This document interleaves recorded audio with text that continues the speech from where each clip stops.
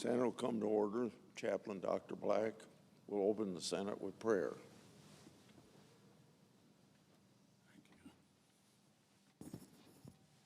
Let us pray. Great God, eternal Lord, long ago you gave us this land as a home for free people. Lord, show us that there is no law or liberty apart from you, and lead our lawmakers to serve you with faithfulness, integrity, and humility. Lord, use them to challenge the cruelty that divides and wounds humanity. May they be your instruments to draw people together in order to accomplish your purposes. Use these efforts to enable America to be a light to nations, leading the way to your promised kingdom.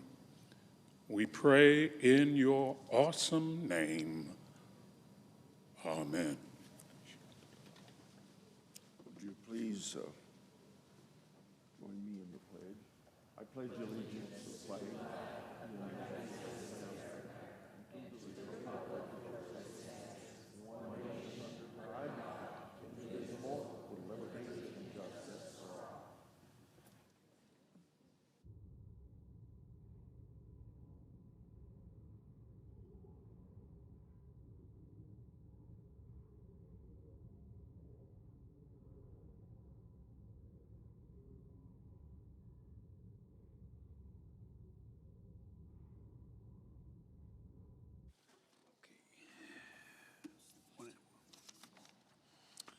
Under the previous order, the leadership time is reserved. Under the previous order, the Senate will be in a period of morning business with senators permitted to speak therein up to 10 minutes each. And this one.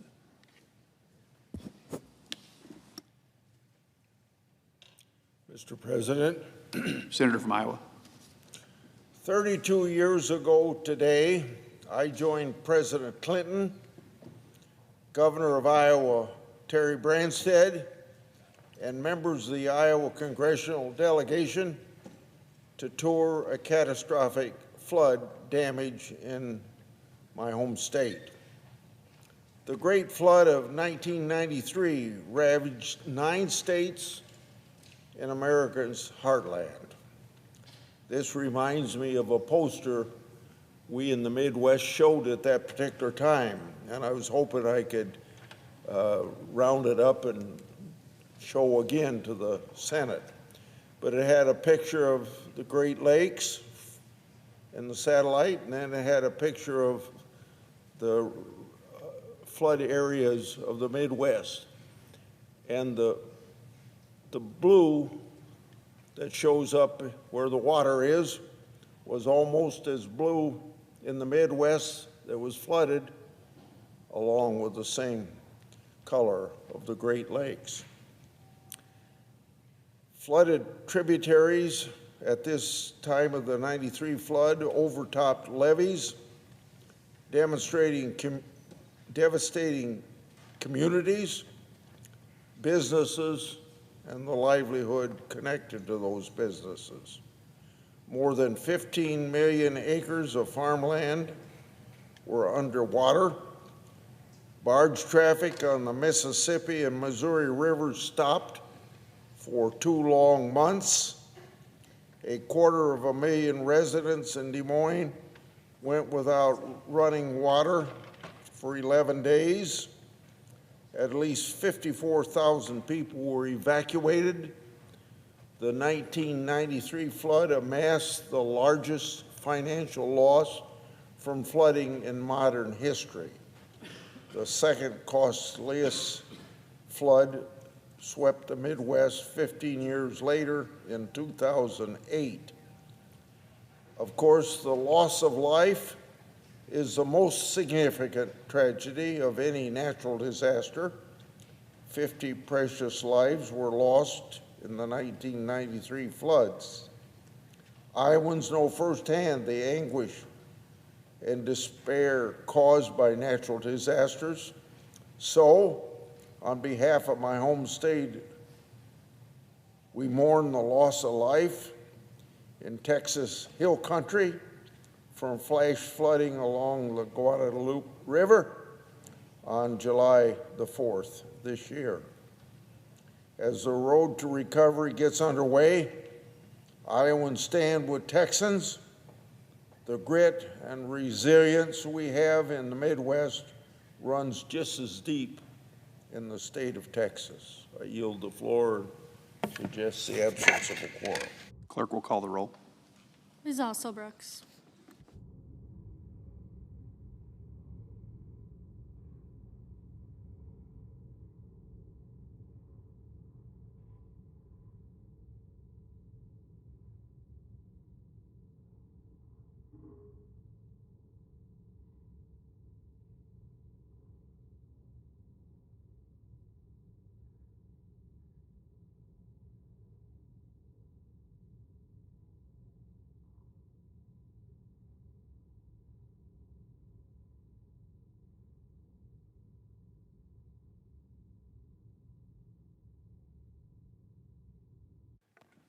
Mr. President.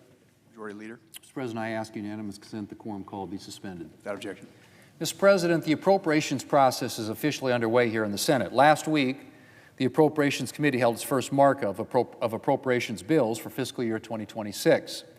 And I'm pleased to report that the committee referred 2 bills to the floor with bipartisan support. And today I want to talk about one of the bills that came out of last week's markup, and that's the Agriculture Appropriations Bill. Mr. President, agriculture is the lifeblood of our country. And in places like my home state of South Dakota, farming and ranching are a big part of our way of life. I know how hard American farmers and ranchers work to deliver food, fuel, and fiber to America and to the world. And I know this work can be challenging and at times unforgiving. In recent years, farmers and ranchers across the country have faced some pretty fierce headwinds. Higher input costs and depressed commodity prices strained their budgets, and higher interest rates made financing more difficult. Then there were the supply chain disruptions, natural disasters and drought, and things like bird flu, African swine fever, and the New World screwworm that threaten livestock. Mr. President, just 2 weeks ago, Republicans passed a reconciliation bill that addresses many of the challenges head-on by bolstering programs that farmers and ranchers depend on. But as I said then, farmers and ranchers' priorities are going to continue to be a priority here in the Senate. And the Agricultural Appropriations Bill is an example of that. Mr. President, our colleagues on the Appropriations Committee have reported a bill that provides robust funding to support America's farmers and ranchers. It provides important funding to the Farm Service Agency, including support for $10.5 billion in capital access for farmers and ranchers. And it supports efforts to track foreign-owned land to prevent our adversaries like China from buying up America's farmland. It also makes investment in rural development programs at USDA. In South Dakota, that money goes far in supporting water programs, electricity, and broadband programs in rural areas. This bill also invests in conservation programs, and it advances efforts to help farmers and ranchers get their products to the market. I'm glad to see support for processing capacity for meat, poultry, and egg products. And I'm pleased that this bill also promotes programs that help state-inspected plants operate across state lines, which provides producers with more options for their products and supports smaller processors. The bill also includes funding for the Agriculture Marketing Service to help facilitate greater access to international markets for American agriculture products. And the updated market data that will result from investments in this bill will help farmers and ranchers make better decisions about their businesses. Mr. President, in just the past year, the threat to our food supply posed by diseases and pests has been national news. I'm glad to see the Trump administration's actions to address bird flu and its effect on the egg supply have had a positive impact. And the Agricultural Appropriations Bill continues efforts to combat bird flu, as well as other potentially devastating threats like chronic wasting disease and the New World screwworm. Mr. President, nutrition is another important part of agriculture policy, and the bill that's been reported out provides robust funding for programs like WIC and SNAP. And I appreciate Senator Hovind's work to find offsets for increased spending on these programs. Mr. President, the work of feeding America and the world isn't easy, but I know our farmers and ranchers take a lot of pride in what they do. They know they're not just working toward the next harvest, they're keeping a heritage alive, a way of life that none of us can live without. I appreciate the work the Appropriations Committee has put in to support our farmers and ranchers, and in particular, the leadership of Chair Collins and Senator Hovind. And to America's farmers and ranchers, we'll continue to have your back. Mr. President, I yield the floor, and I suggest the absence of a quorum. The clerk will call the roll. Ms. Alsobrooks.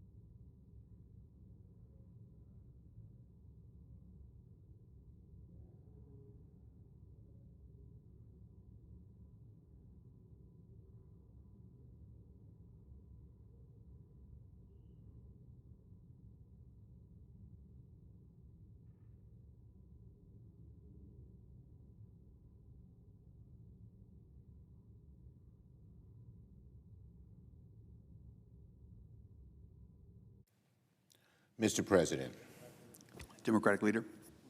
I ask unanimous consent the quorum be dispensed with. Without objection. Mr. President, we continue to pray for the families of the 132 people now confirmed dead in Central Texas. We continue to pray for everyone still missing. We thank our heroic first responders who risked their lives to save those trapped in the storm. Now, in the aftermath of the tragedy in Texas, some of us asked very necessary questions about how to prevent something like this from ever happening again. Did federal funding cuts hinder rescue efforts? Did staffing shortages make it harder to respond? Of course, Donald Trump didn't like these questions. He threw a fit, a tantrum. He called them lies. He said they were inappropriate. That's how he talks. We know now why he threw a fit and acted so defensively, because sadly we may well have been right. Donald Trump and Kristi Noem have spent months attacking FEMA, calling for its elimination, slashing its budget, hollowing out its workforce. And now their own chaos is catching up with them in the worst way. Now they're trying to change their tune, saying they don't want to get rid of FEMA. A few months ago, they were all for getting rid of it. Now they say they just want to change it. But there aren't enough walkbacks or pivots in the world to erase the truth. Their actions have unnecessarily harmed America's disaster response ecosystem. Last week, I demanded an investigation into what role, if any, the administration's staff cuts to local National Weather Service stations played in this tragedy. It's now clear that the administration fired key FEMA personnel during and sadly after the tragedy. So today it's very clear. This is a systemic problem that exists in Texas, extends beyond Texas, beyond the National Weather Service, and across FEMA. Here are the facts about FEMA. A day after the Texas flooding, FEMA laid off workers, hundreds of call center workers. On July 7th, the agency received 16,000 calls and only answered 2,000 of them, around 16%. Secretary Noem, meanwhile, issued a directive on July 11th saying that all DHS contracts of over 100,000 had to be personally approved by her, according to the New York Times. Deployment, including, according to the New York Times, deployment of search and rescue teams. Every one of them had to be signed off. This is not efficiency. This is adding red tape in the midst of a crisis, authored by Kristi Noem herself. Experts say this ill-advised decision very likely hindered recovery efforts. As it stands today, FEMA is operating with a quarter fewer staffers compared to 18 months ago. 1/4 fewer, including senior-level officials, meteorologists, institutional experts, people who coordinate with public officials and other levels of government to respond to natural disasters. In the middle of a natural disaster, Donald Trump and Kristi Noem are sowing chaos at FEMA, and their incompetence is putting lives in danger. They have this, them and the Doge people and so many around them, they have this fanatical dislike of all government. And so they just cut it. They don't even know what the effect will be. They don't even care. Just cut, cut, cut. Cut meteorologists who warn our people, our citizens, our farmers, our businesses of danger that might come. Cut them. They're not waste. Their recklessness is hurting rescue efforts. It's hurt the existing ones, and it's going to hurt more of them in the future unless they reverse themselves. We all support making agencies like FEMA more efficient. Americans support cutting waste. Americans support improving federal response. But Americans sure as hell don't support Doge-like cuts to vital places that can often be the difference between life and death. American people do not support this kind of chaos, this chainsaw approach to FEMA, to the National Weather Service, and to government at large. What Donald Trump and Kristi Noem are doing is chaos, and it's going to lead, unfortunately, to even more people getting hurt when the next disaster arrives. Now on Republican cuts. This week, Senate Republicans are set to push through the Senate a bill that betrays rural communities, harms global health, weakens America's standing abroad, and worst of all, sets the stage for even more harmful cuts down the line. The so-called rescissions package continues the destructive Republican pattern. Cut now, ask questions later. The same thing that's happening with FEMA and the National Weather Service is happening right here. Again, use that chainsaw. Cut, cut, cut. Don't look at what you're cutting, what its effect will be, whether it's waste or whether it's sinew and bone. And then later say, oh, maybe we shouldn't have done that. And you know what, Mr. President? Our Republican senators, most of them, know this is wrong, but they're so afraid of Donald Trump. Yesterday, he threatened any of them who voted against the full rescissions package that we have before us would face his wrath. What is going on here? Does anyone stand up to these horrible, horrible cuts that hurt the American people? Republicans in real time are cutting health care. They're cutting education. They're cutting aid for our veterans. Veterans are not getting, they ask them, the veterans know they're not getting the health care they used to. And making things even worse, Donald Trump's tariffs are coming in at the worst possible time. And in a few short months, they're going to raise the cost of groceries. They're going to hurt small businesses and do untold damage to our economy. And now this package suffocates public broadcast. Well, did they even know when they said they wanted to cut it? You know, Donald Trump doesn't seem to like it. How much it helps our rural communities. It's the only place they can rely on for local news, for weather reports. That farmers across rural America depend on public broadcast to get weather reports because there's no other way. Did they know that it guts international aid that ensures America's national security? Did they even think of the consequences? Just because Donald Trump says he wants it cut, and everyone knows he doesn't know the details of any of this stuff. The rescissions package is certainly troubling, but the pattern behind it is even worse. It sets the stage for even more party-line, devastating cuts in the future to health care, to education, anything Republicans decide they don't like. All on a party-line vote, all because of obeisance and fear of Donald Trump, not a conviction that he's doing the right thing. This is a dark omen moving forward. Our Republican friends say they fight for the middle class. They say they fight for working people. Then they turn around and take investments away from the middle class in rural America. I urge them not to proceed with this bill as written. Now on health care costs. Republicans' big, ugly betrayal will devastate American health care this year, not many years down the line.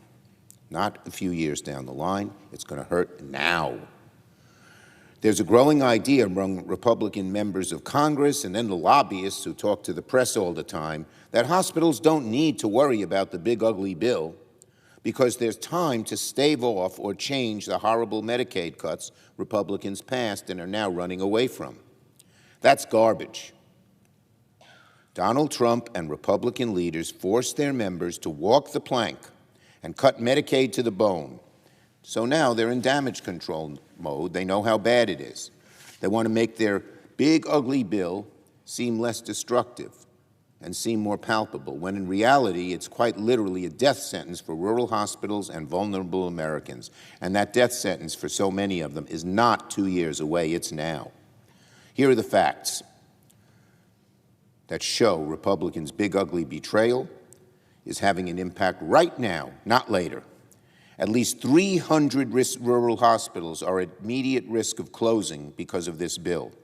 Already, not 2 years from now, this week, a few weeks after the bill passed. Hospitals in Iowa, Nebraska, North Carolina, and Maine have announced their closing or are in serious danger of closing. Not in 2027, not in 2028, now. Governors in at least 8 states, have called special sessions this summer, not in 2028, not in 2027. They've called special sessions this summer, or are pushing stopgap subsidies to shield doctors and hospitals from the immediate harm. States don't see the big ugly bill as a problem for years from now. To them, to the workers, and most of all to the people who get health care in a lot of these rural hospitals, it's a problem right now. And this fall, more problems. Not in 2028, folks. This fall, people will get notices that their insurance premiums for the Affordable Care Act will go up 75% on average because Republicans chose not to extend tax credits for the ACA. This will also impact people on private insurance. If you don't have ACA, Medicaid, Medicare, you're still going to get increases in your insurance. Everyone is affected by these cuts, just about everyone. Unless you're one of those billionaires who self-insures, you don't have to have insurance because you've got all the money in the world to pay any medical bill. That's not true of the vast majority of Americans. And what they're doing is just the start. Republicans have made it clear they want even deeper cuts to Medicaid. Many in the House Freedom Caucus, those right-wingers, have said they weren't satisfied with their big, ugly bill. So, who is to say that Donald Trump and Russell Vought won't use rescissions or another reconciliation bill to cut for health care even deeper? And what are our Republican colleagues going to do when the handful of right-wing Freedom Caucus people in this body and the other body say they demand cuts or they won't vote for any bill? Are they going to cave once again? Say, okay. Let me say it again. All this talk from Republicans that many of their own cuts won't materialize is utter nonsense. Hospitals are closing now, states are reacting now, insurance companies are adjusting now, and the harm to the American people will happen now, not later. On judicial confirmation, the first judge confirmation. Later today, Senate Republicans will confirm Donald Trump's first judicial nominee of his second term, Whitney Hermendorfer, to be a circuit judge on the Sixth Circuit. We all know when it comes to judges, Donald Trump cares only about one thing: total, unyielding fealty to Donald Trump. Not experience, not judicial independence, not knowledge or desire to pursue the law, but brazen, uncomplicated fealty to Donald Trump. That's how he chooses judges. That's how the people under him choose judges. We've never seen this in America. It could have been a conservative like Ronald Reagan, someone like George Bush or H.W. Bush or Clinton or Obama. They all looked. They wanted they wanted someone to have some philosophical kinship with them. But they said, will they follow the law? Do they know the law? Not this administration. It's so different than all the others in a very bad way. Donald Trump doesn't care about the law or what the Constitution says. He says that himself. He only wants his foot soldiers in black robes defending him when he tries to do whatever he wants. Ms. Hermendorfer has failed to show that she can be an independent jurist committed to upholding the law. She has less than 10 years of legal experience. She has never served as the sole or chief counsel on a single case. She has made a career out of going after people's reproductive rights, transgender rights, and anti-discrimination policies.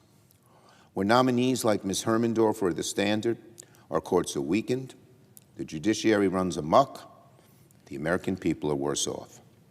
I strongly, strongly oppose her nomination. And finally, a very good day. I just got in from Albany in New York State, and it was a very good day for upstate New York. This morning I was up in Albany to make a very exciting announcement, years in the making. America's first ever National Semiconductor Technology Center is now officially open for business in Albany, New York, in upstate New York. Today is a day I've been dreaming about since the time I wrote the CHIPS and Science Law, and when I was writing the NSTC program into the bill. I'd always been thinking of Albany and of upstate New York. This center will be a leading hub for semiconductor innovation, not just in America, but for the whole world. This is a great message for all Americans, whether you live in Albany, New York State, or any other part of this great country. There's a bold, vital message that comes from Albany. The future of chips and the most advanced semiconductor chips is here in America, not overseas, not China. These chips are vital to so many parts of our lives, our phones and our computers and our cars and our national security, and even to the AI systems that are already changing the world. Albany Nanotech will specifically focus on what's called EUV, extreme ultraviolet lithography research. It will be one of only 2 public facilities on Earth to be home to this EUV tool, and the only one in America. So what does this announcement mean? It's not just an abstract thing.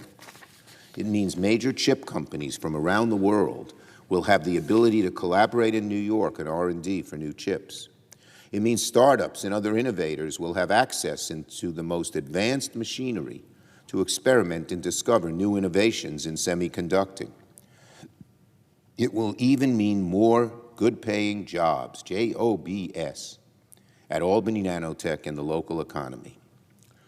We all worried that China would gain the lead on this chip production. Well, now we have the answer, and that is the Albany Nanotech Center, the #1 place in the United States and in the world for the new high-end research into semiconductor chips. At the end of the day, this announcement, which I've worked so long and hard for since 2017, at the end of the day, this announcement will help make chips and science a reality, boosting American innovation, creating American jobs, making the U.S. the world leader in chip making. I yield the floor and note the absence of a quorum. The clerk will call the roll. Ms. Also Brooks.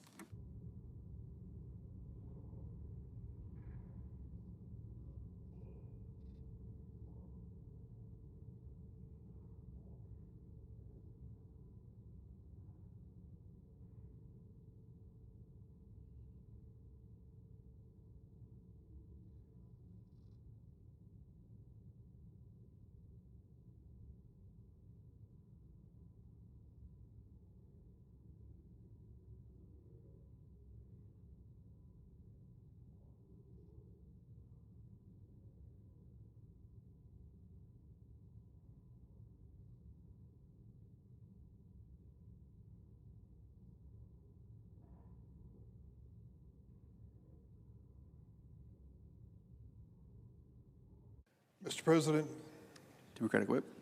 I ask unanimous consent the quorum call be suspended. Without objection.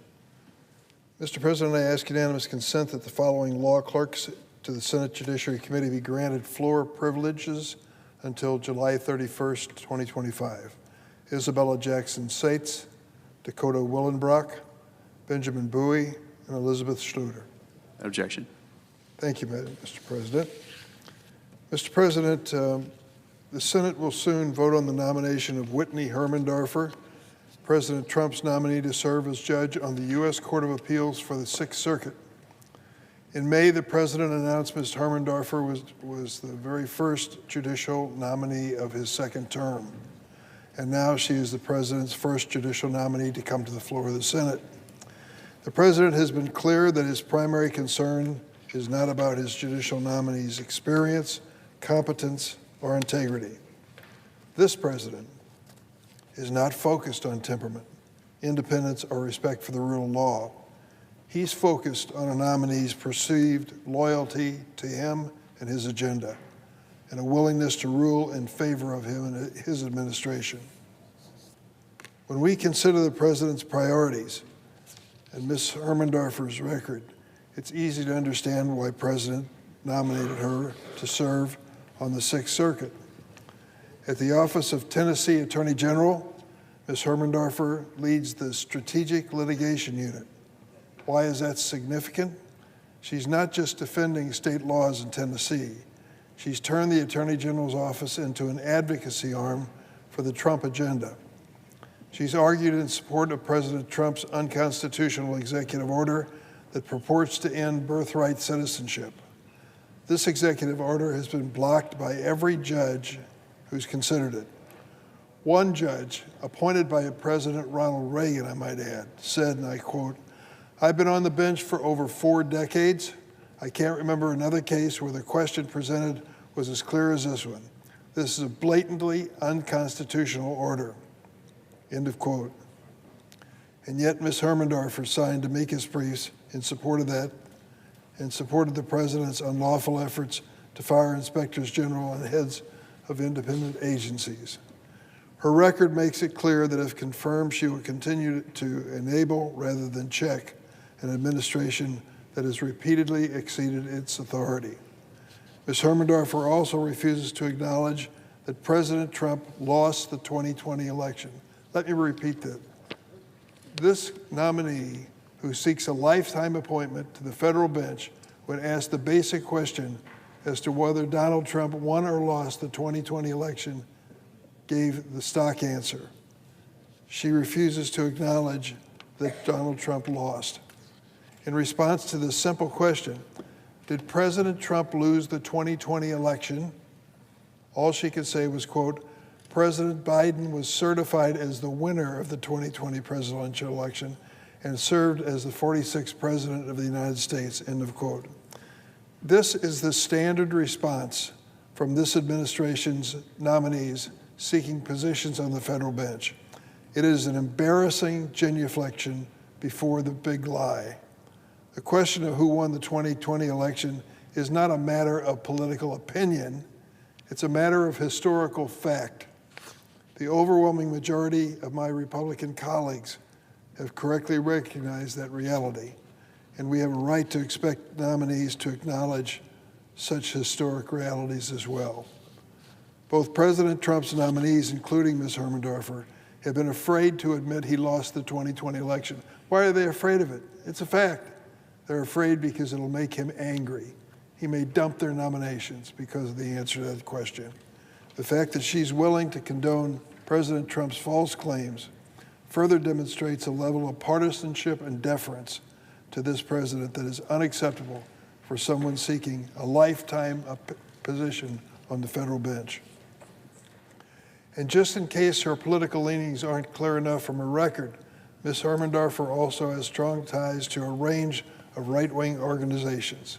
They include the fabled Federalist Society and the Teneo Network. Teneo Network is a new conservative group funded by Leonard Leo and his affiliated organizations. You may have heard the name Leonard Leo recently when President Trump called Mr. Leo a sleazebag, and I quote. Membership in such organizations has been a litmus test for years for Republican nominees. It's the secret handshake, my friends. If you belong to the Federalist Society or now this Teneo Network, you're in. It means that a nominee will use the Republican playbook for deciding important federal cases. How does it work?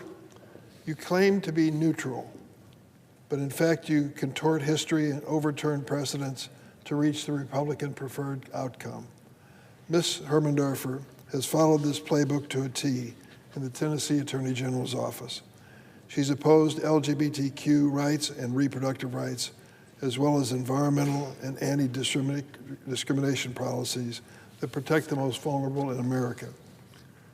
I believe we need judges on the bench who will follow the law and the Constitution, not politicians in robes who rule in favor of the president and wealthy special interests. Finally, I'd like to note that Ms. Hermendorfer's academic record, though impressive, and her legal record, though extreme, is short. She graduated from law school in 2015, has fewer than 10 years legal experience, and outside of her clerkships, she's only practiced law for 6 years, and she's seeking a lifetime appointment to a circuit court, one of the highest in the land. She's never served as sole or chief counsel in any case, tried to verdict, judgment, or final decision. That is a shocking lack of experience for someone nominated for a lifetime position. She'll be watching trials for the first time as a judge. Unfortunately, this kind of experience is common among President Trump's judicial nominees. Make no mistake, experience is still important. Robust litigation experience ensures that judicial nominees will be equipped to fulfill their duties.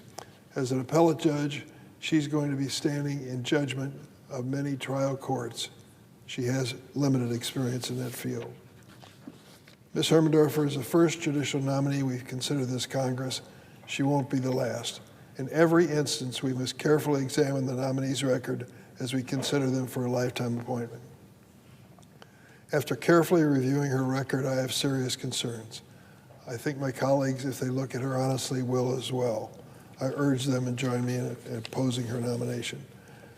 And now, Madam President, I ask the following statement be placed in a separate part in the record. Without objection. Thank you. Madam President, I remember 9/11 very well. I was in this building, a meeting with Senator Daschle just down the hall, and we heard news that a plane had struck a building in New York. By the time I made it to the meeting, it turned out there was a second plane that had done the same. 9/11 was clearly no accident. It was a terrorist act. As a result of that terrorist act, we made decisions as a nation on a bipartisan basis. One of the most bipartisan decisions we made was what to do with those who were responsible, Osama bin Laden and others. There was no doubt in my mind that we had to answer what they did with force. No doubt whatsoever. I'm not inclined to that conclusion on an ordinary basis, but I saw no other alternative but to send the world a message that no one could kill so many innocent Americans and not be held personally responsible.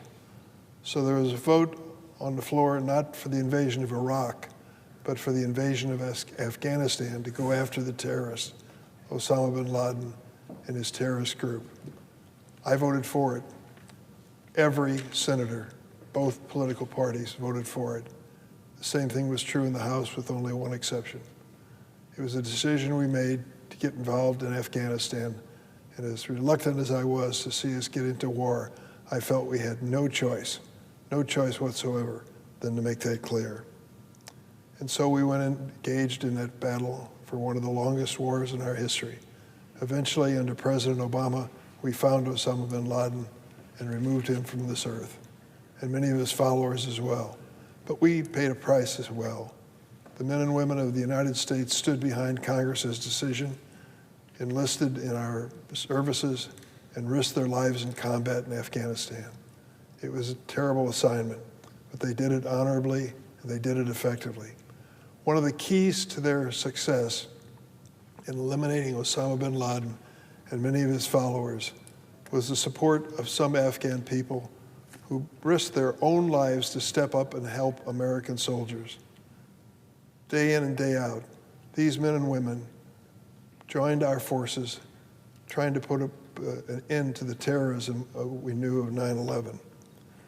Some of those, at the end of the conflict, some of those Afghans who risked their lives to help American soldiers came to the United States. And they were given what is known as temporary protected status. Temporary protected status, meaning they could stay in this country until the dangers in their home country had abated. TPS is a temporary designation allowing certain foreign nationals from countries experiencing turmoil to remain here without fear of being deported back to Afghanistan in this case. TPS was first designated for Afghans under the Biden administration in 2022, after we withdrew from Afghanistan, marking the end of America's longest war. For over 2 decades, tens of thousands of Afghan civilians worked alongside our military and diplomats. Make no mistake, they were risking their lives to help us and to face the possibility of retribution in their own country. I saw firsthand during our visit to Afghanistan some years ago just how these Afghans were making that courageous sacrifice. And the lives of their families, of course, were also in danger because of it. In return, we promised to the Afghans who risked their lives to help our troops that we would keep them safe from retaliation. And we opened our arms to welcome others similarly fleeing brutal conditions under the Taliban. In fact, Afghanistan today also faces the horrors of administration which is not delivered for their people.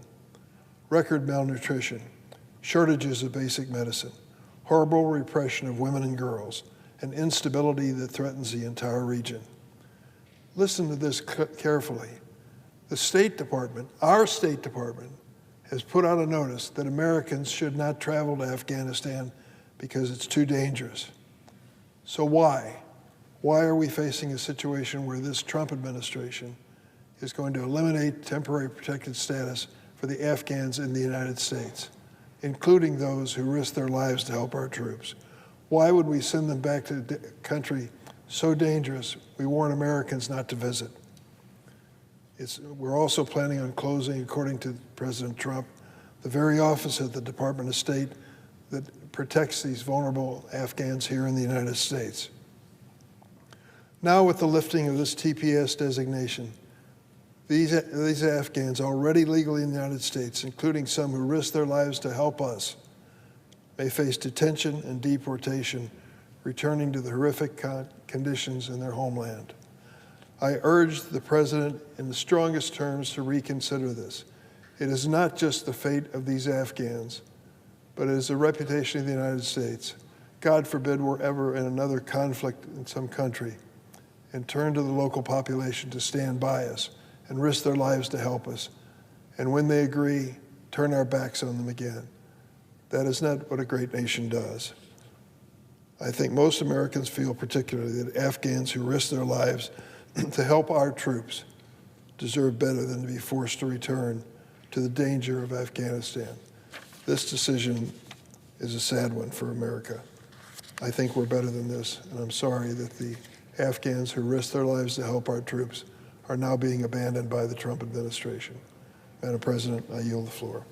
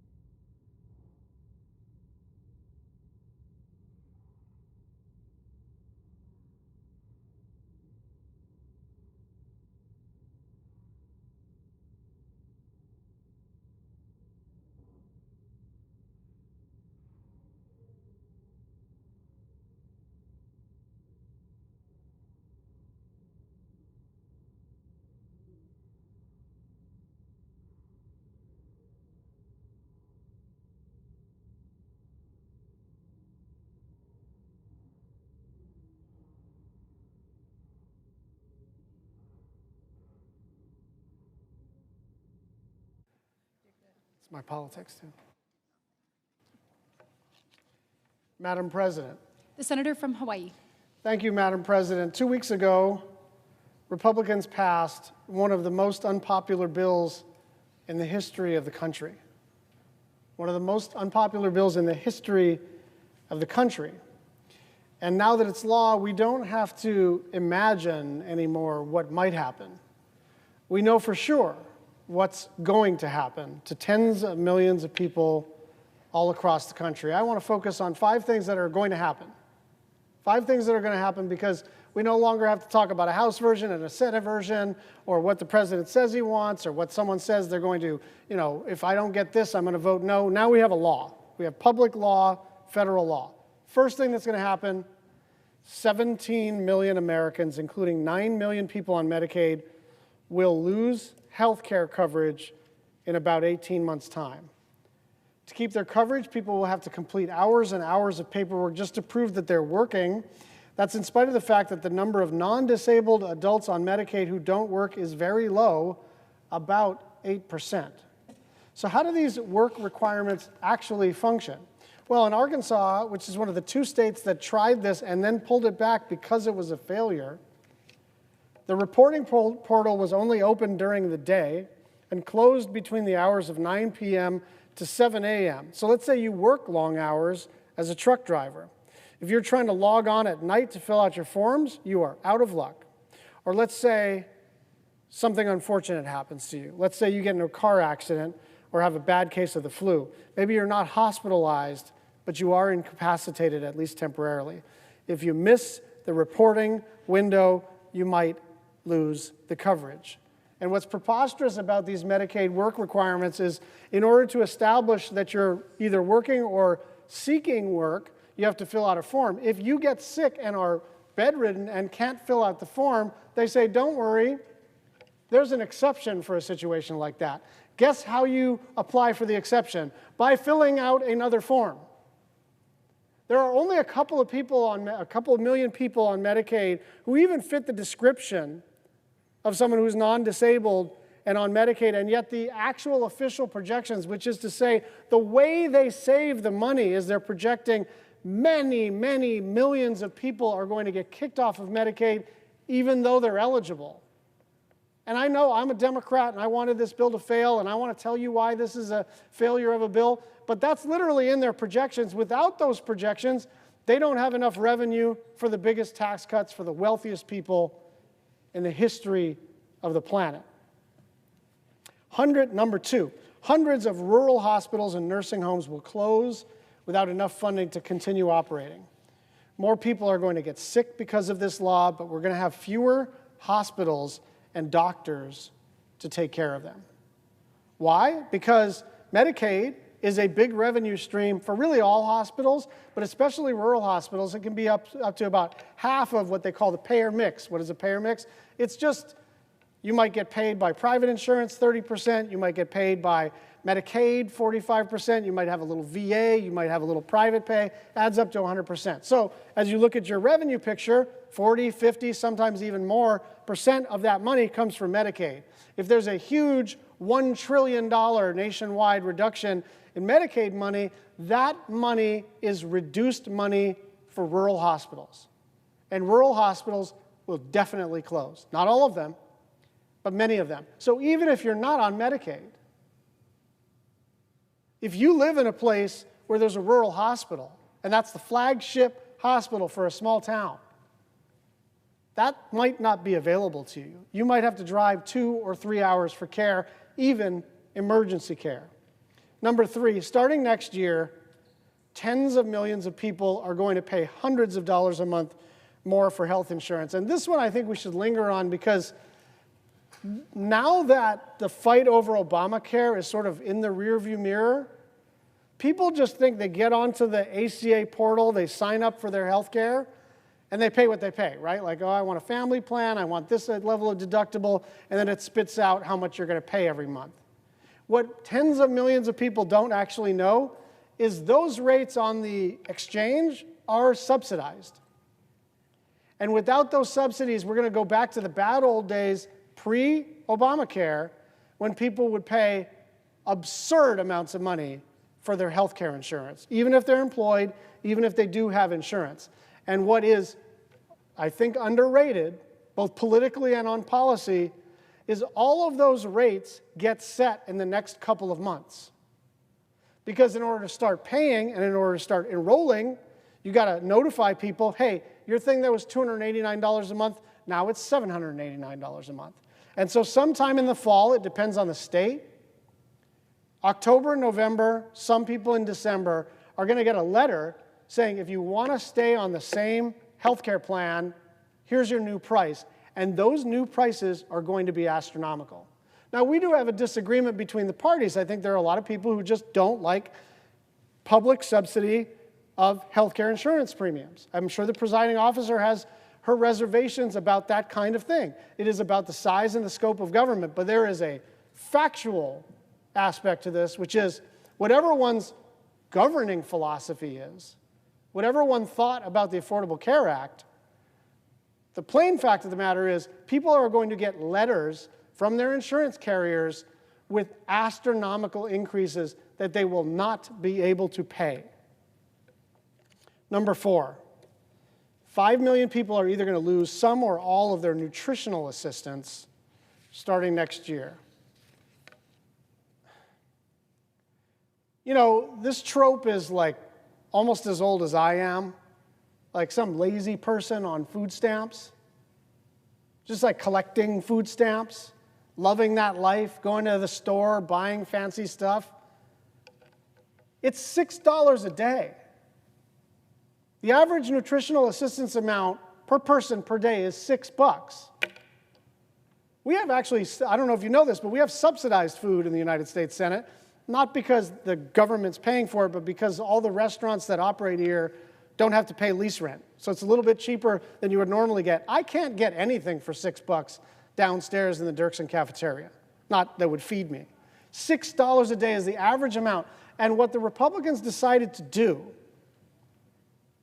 is to generate savings, is to find savings, is to cut nutritional assistance. Why?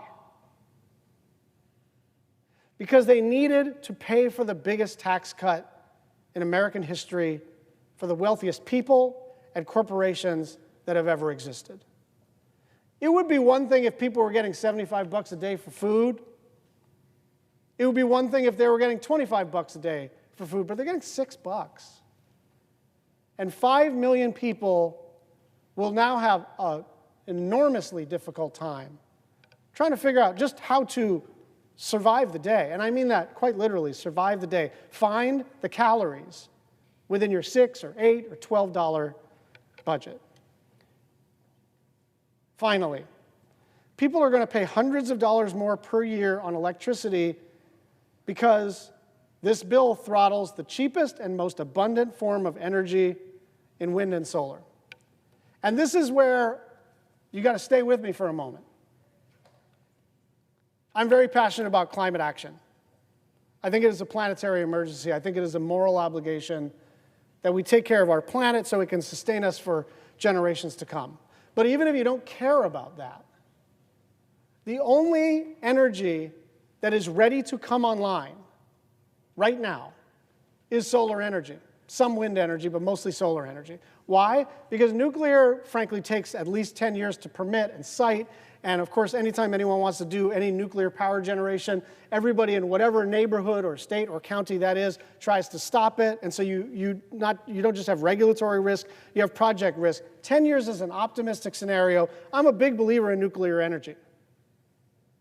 But 10 years is the most realistic scenario to get a bunch of nuclear energy online.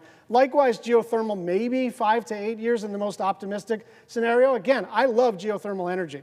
I think it's an untapped resource across the United States of America.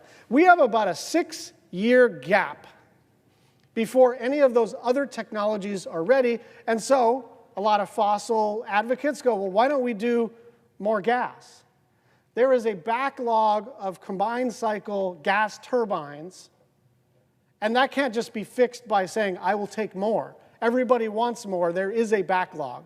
You cannot get gas generation online in the next 5 years. So what does that mean? It means over the next 5 years, solar is the stuff that is like instantly pluggable into the grid, super cheap, not terribly controversial except for in this chamber, and ready to power the AI revolution and whatever other load needs we have. But this bill kind of punitively, kind of ideologically decides, no, we're not for all of the above. You know that thing we said about whatever's cheap and plentiful and available every time we were trying to prevent clean energy from coming on the grid? You remember that thing we used to say? Now, really what we meant is we quite hate solar energy particularly. We hate solar energy. Again, I think that's preposterous from a planetary standpoint, but even if there were no planetary crisis, this is the energy that is available to us, and we are about to face energy shortages. The reason, for instance, Texas, of all places, has not had blackouts and brownouts is because solar can absorb when the sun is high and it is 108 degrees and everybody's pumping their air conditioner. That also happens to be the point in time, the point of the day when all the solar farms are running at full capacity and they can power the grid. And so solar energy isn't something from 17 years ago where you say, you know, sometimes the sun's shining and sometimes it's not, and it's intermittent, and the batteries aren't there. All of that is in the rearview mirror. All the technical issues, not all of them, 90% of the technical issues related to solar energy have been resolved. And that's the scariest thing for the fossil energy people. You know why? Because they can't argue that this isn't economically smarter. They just have to argue that it's like woke or something, like woke electrons. Who cares where the electrons come from? If they are cheap and plentiful, we should all be for them. And so this bill is going to create shortages, which will drive up prices and in some places reduce power quality. What does power quality mean? It means we're going to have blackouts and brownouts across the country. So to do any of these things in a bill would be bad, but to do all of it, in order to pay for the biggest wealth transfer from the poor to the rich in history is morally and economically bankrupt. Nobody asked for any of this. Trump voters were not demanding any of this. Nobody was asking to lose their health care or not be able to feed their kids or pay more to keep the lights on at home. But they raced to do it anyway, knowing full well how devastating it would be for the country and for their own home states. One final point. We are not going to stop talking about this. We are going to talk about this until it is repealed. We're going to talk about this when the rates go up for your electricity. We're going to talk about this when kids are thrown off their nutritional assistance. We're going to talk about this when rural hospitals close. We are going to talk about this when your insurance coverage rates go up. We are not going to stop talking about this because this document, which was enacted into law, is a perfect encapsulation of the difference between the political parties. My party is flawed, obviously. My party is flawed. But I've never seen my party propose a bill that transferred so much money from the poor to the rich. And I've never seen my party propose a bill that raises the price of electricity, that raises the price of food, and raises the price of health care. And so we're going to talk about this today, tomorrow, for the next 18 months, and until this thing is repealed from the federal law books. I yield the floor.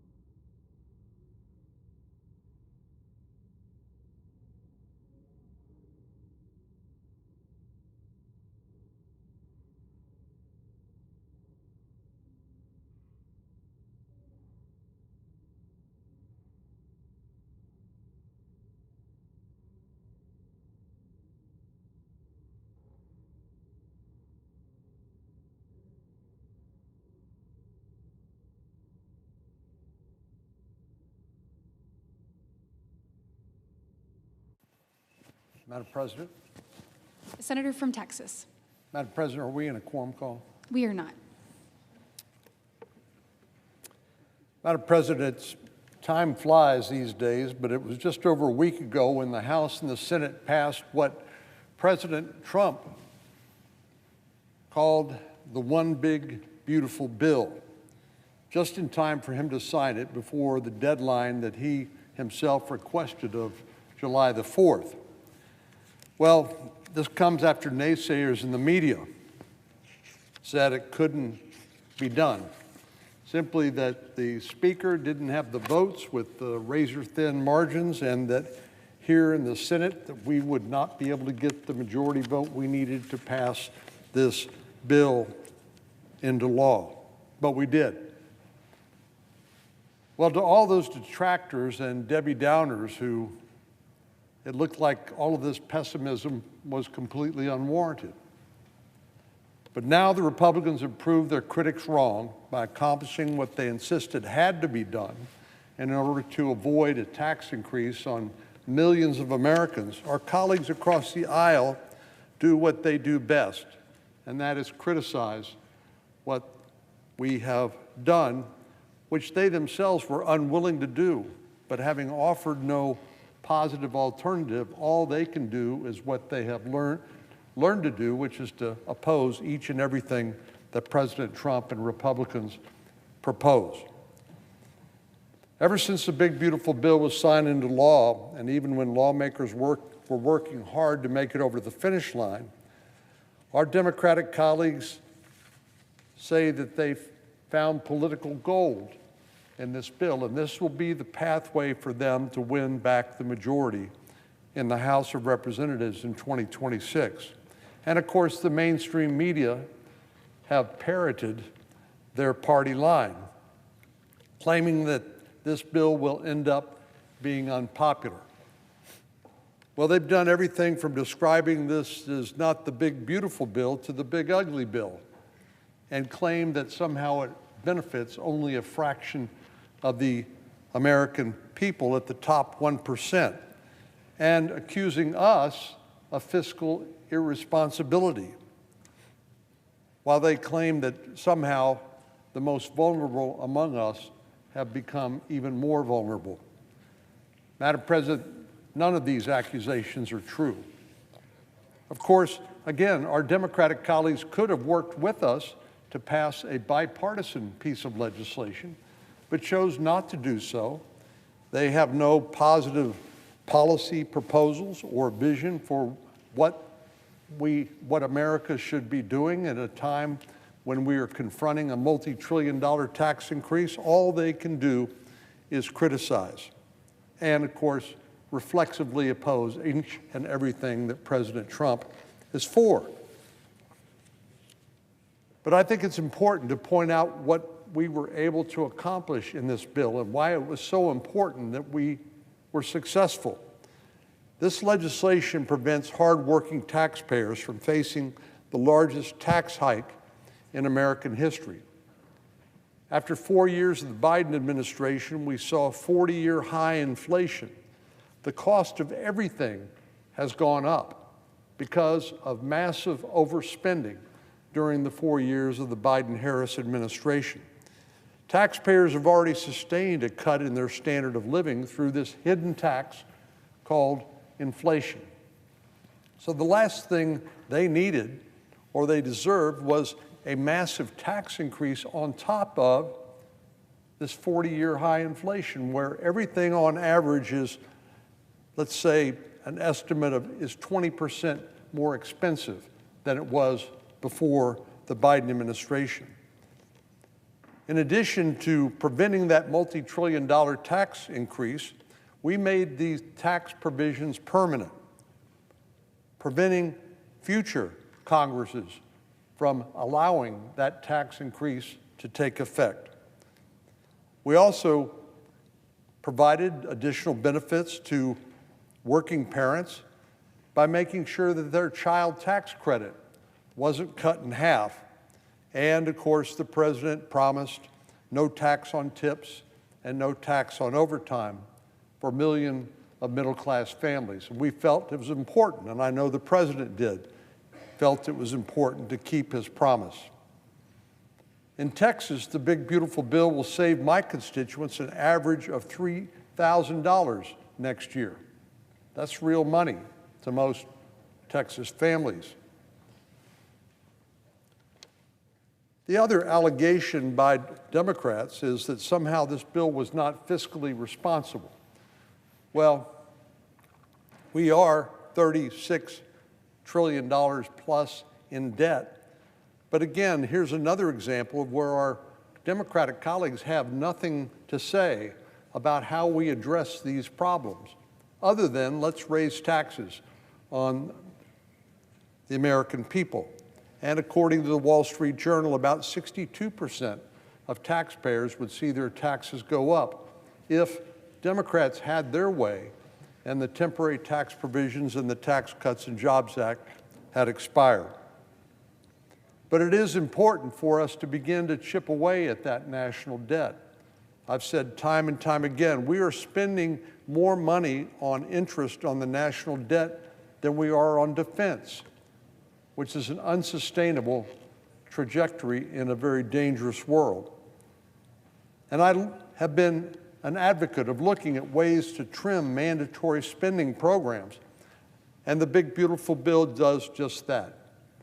I think what most people don't fully understand, including members of Congress, is that the federal government spends roughly $6.5 trillion a year. We appropriate about a third of that during the appropriations process, but the rest of it is on autopilot. It's mandatory spending programs that Congress does not appropriate on an annual basis, but once we turn it on, it continues until it's changed, usually never. And it goes up more and more each year with cost of living provisions. And then there's the tax code itself, which is used sometimes for what's called tax expenditures. So we needed to look at ways to begin to reform some of the mandatory spending programs if we were going to have a prayer at reducing the national debt even by a little as a first step. While this bill was not perfect, and certainly no piece of legislation ever is, it did make important reforms that will help us bend the curve of our debt trajectory. For example, and Democrats oppose this, we implemented work requirements for able-bodied adults without dependents to receive means-tested programs like Medicaid. So let's back up a little bit. Means-tested programs have income requirements. If you go above that threshold, you don't qualify. If you fall below it, you do. But Democrats have succeeded in making sure that able-bodied adults were receiving massive benefits under safety net programs, even though they were able to work and provide for their families and should have been working. In fact, our healthcare system had gotten so out of whack, more money was going to able-bodied adults than to the disabled, to pregnant women and children under the Medicaid program. And our bill fixed that. Are work requirements for able-bodied adults some sort of radical conservative or Republican idea? Well, not if you look at the polling, which says that 62% of Americans, which is a bipartisan number, 62% of Americans support work requirements for able-bodied adults for means-tested programs. I'm frankly surprised it's only 62%. But it's only common sense that people who can work should work. It's actually better for them. Work provides dignity and a sense of self-worth. And the idea that we should continue to subsidize people playing video games, sitting on their couch at home, is beyond the pale. And I think certainly the American taxpayer deserves better than to spend their hard-earned money on people who can and should be working. And then I offered an amendment to the big, beautiful bill that sort of, I think, casts the position of Democrats versus Republicans in a very clear light. My amendment would have penalized states from giving Medicaid benefits to illegal immigrants who were charged or convicted of serious crimes like murder, human trafficking, child abuse, or child pornography. 43 Democrats voted against that. Turning it the other way around, that means 43 Democrats were for providing government benefits to illegal immigrants who were charged or convicted of very serious crimes. You really can't make this stuff up. It's stranger than fiction. Our colleagues across the aisle showed their true colors by voting for taxpayers to continue paying for government handout to folks who shouldn't even be in this country in the first place, but for the open border policies of the Biden administration. One accusation I find particularly ironic from our friends across the aisle has been this idea that we have somehow added red tape to Medicaid by requiring recipients to verify their eligibility for the program 2 times a year. Well, people come in and out of the Medicaid program based on that means testing, based on their earnings threshold. So checking periodically to make sure that people still qualify strikes me as making good sense. But when Republicans talk about cutting red tape, we're talking about ways we can get government out of the way of our small businesses, our entrepreneurs, so that our economy can grow and so that people can create wealth for themselves and their families and their benefits and their beneficiaries. We're talking about reducing the government's footprint so that the magic of American innovation can take place unstifled by unnecessary regulations. This bill will allow America to return to being the land of opportunity where hardworking men and women who have a dream for a better life can build a business to support themselves and their families and have something to pass on to the next generation. At the same time, to provide jobs for people who want to work and provide for their families. So eligibility verification for those receiving means-tested government benefits is not simply red tape. It's a perfectly reasonable requirement when somebody is receiving a government benefit to prove that you actually are eligible according to the law. This will also help us safeguard our safety net for those who are truly among the most vulnerable and to root out waste, fraud, and abuse.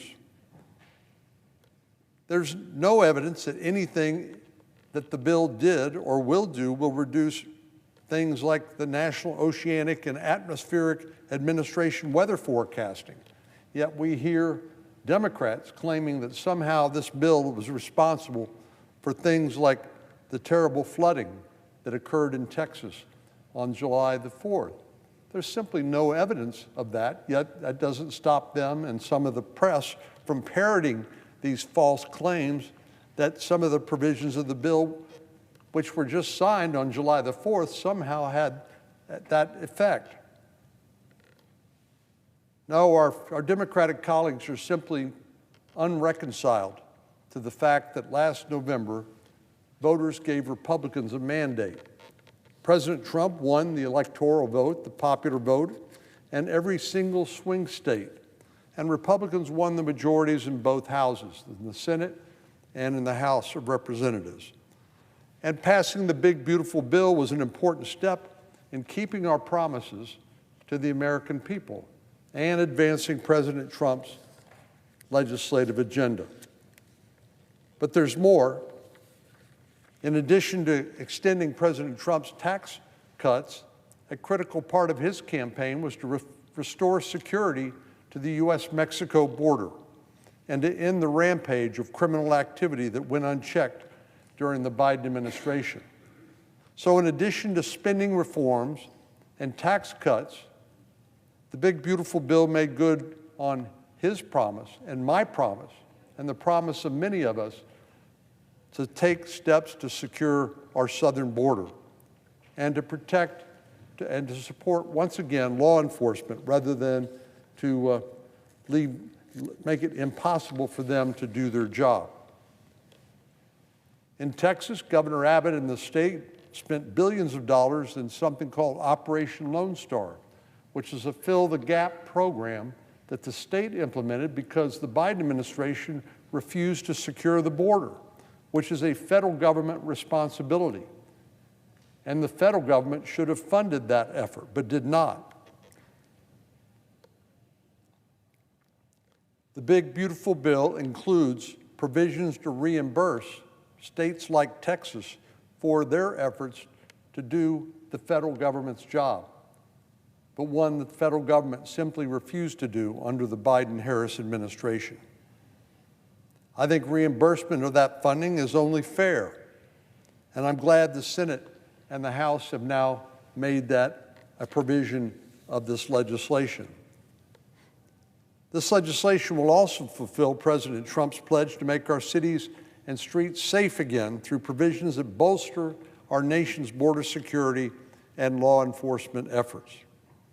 Over at Immigration and Customs Enforcement, or ICE, the big, beautiful bill will provide additional funding to hire, retain, and train personnel who will carry out the President's immigration agenda, something that he was elected on, and people repudiated the position of the Biden-Harris administration, which essentially was one of no controls.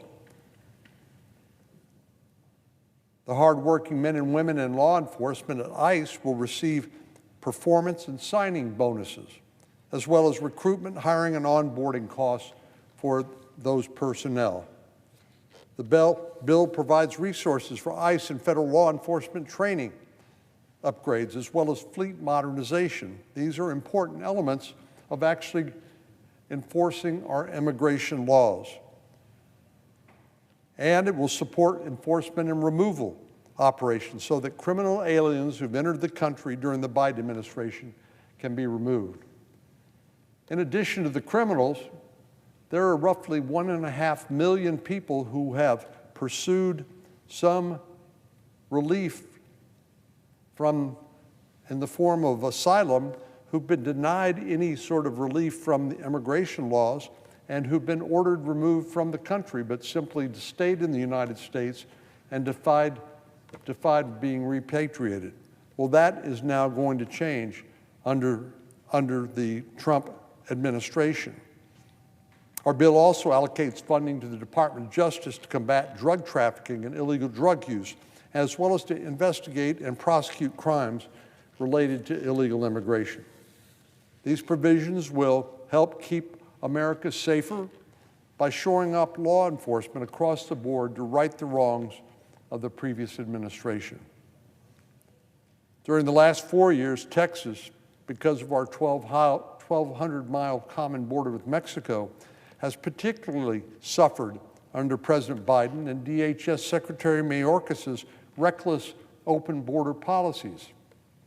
This legislation is an important step in correcting the previous administration's costly and, in some cases, deadly errors. Last November, the voters voted to turn the page on the failed policies of the Biden administration, and passing this bill was a critical step in reversing those policies. This bill will put more money in taxpayers' pockets and allow us to avoid the largest tax increase in American history. It will strengthen our border and support law enforcement. I was disheartened, disappointed, but not surprised, frankly, that our Democratic colleagues voted to block the bill, preferring instead, I assume, since they offered no viable alternative, to foist that large tax increase on the American people, which would have amounted to a $2.6 trillion tax hike on households earning less than $400,000 a year. I'm glad they did not prevail, and I'm sure those taxpayers agree. And next April, when tax season rolls around, I'm confident taxpayers will agree and will be thanking the grand old party for this one big, beautiful bill. Madam President, I have a unanimous consent request that the following law clerks in Senator Capito's office be granted floor privileges until July 16, 2025, Hannah Bedard and George Minning. Without objection. I yield the floor. The senator from Iowa. On July the 13th, 2024, an assassin nearly killed President Trump. The gunman injured him and 2 rally participants and killed Corey Comatera. We keep him, his family in our prayers, as well as everyone affected that day. Today, 1 year and 1 day later, I come to the floor to provide an update on my ongoing oversight of that attempted assassination. The day of the shooting, I launched an investigation focused on gathering and releasing information to the public. I didn't want the public to be kept in the dark. Public transparency stops conspiracy theories. 60 years after JFK's assassination, we still have questions being asked. Unfortunately, there are still aspects to that shooting where the government hasn't been transparent. The Biden administration stonewalled my oversight requests. I strongly urge the new administration to let all the facts breathe, unlike the last administration. The day of the shooting, my oversight unit quickly got to work. They talked to patriotic whistleblowers. They informed dozens of witnesses and interviewed them, including local law enforcement officials, rally goers, and local businesses. My staff obtained and reviewed weeks' worth of security footage, text messages, pictures, law enforcement briefing materials, after-action reports, and still other records. They also obtained police body camera footage that provided the first video of what happened in the aftermath of that shooting. I made it all public. At the time, my investigative work unveiled the most detailed picture of the Trump assassination attempt. As part of my oversight, I asked the Department of Homeland Security Inspector General to review the matter. I also requested the Government Accountability Office to do the same as I asked the Inspector General to do. The American people wanted answers.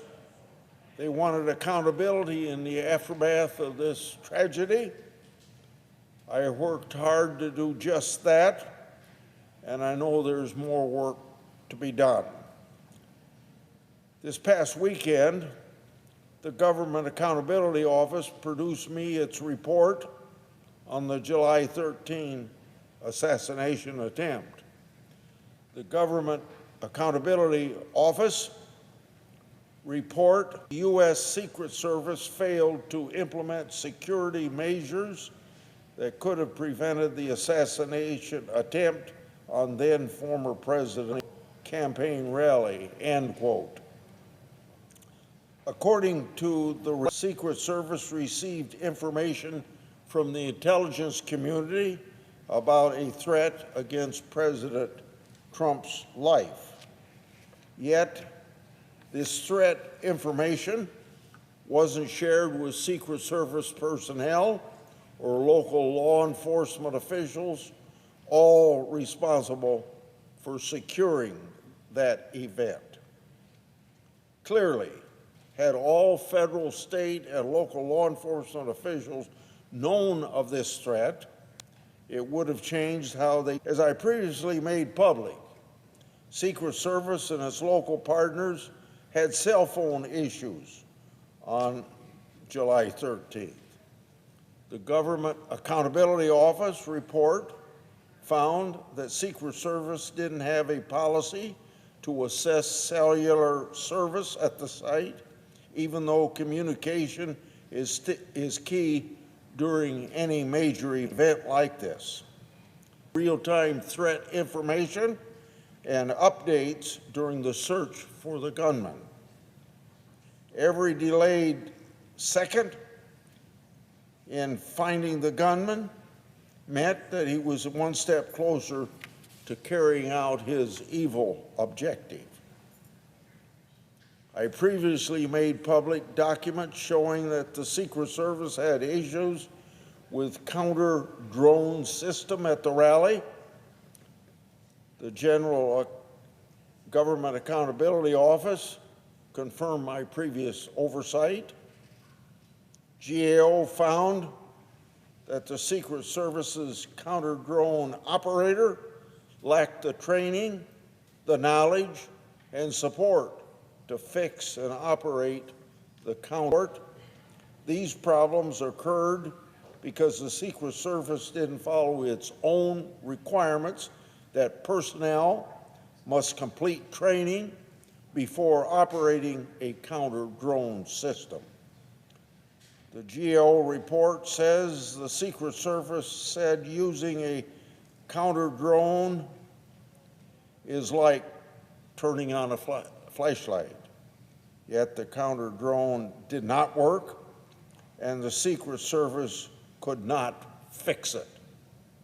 Had a counter-drone been operating as planned, it could have identified the shooter's drone and even the shooter.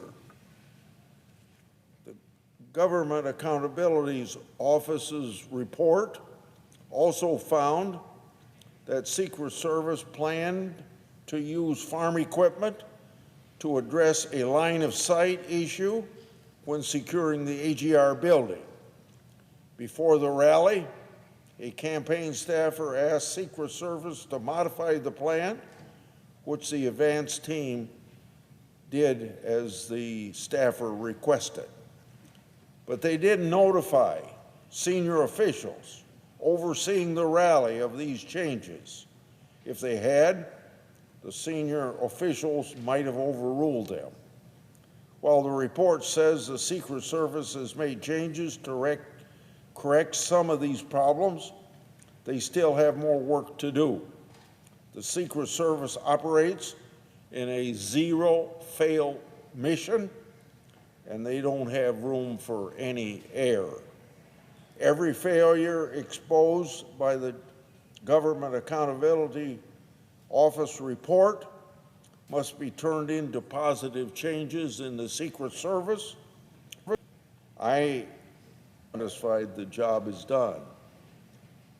I want to close out by thanking the law enforcement officers serving on the front lines, including the Secret Service, Capitol Police, their law enforcement partners, and of course their families, all working hard and sacrificing to keep the public and the government uneventful for granted. I yield the floor.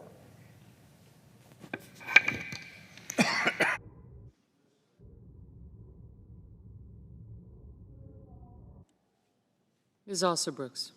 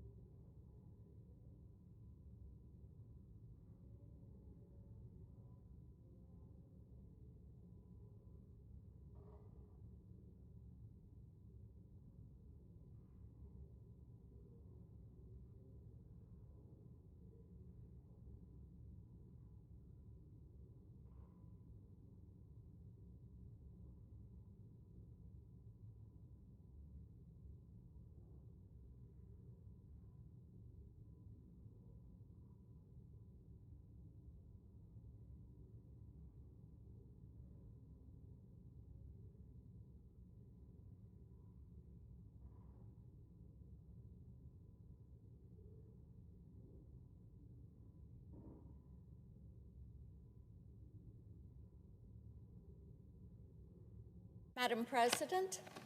The senator from Tennessee. Thank you, Madam President. I ask that we dispense with the quorum call. Without objection. Thank you.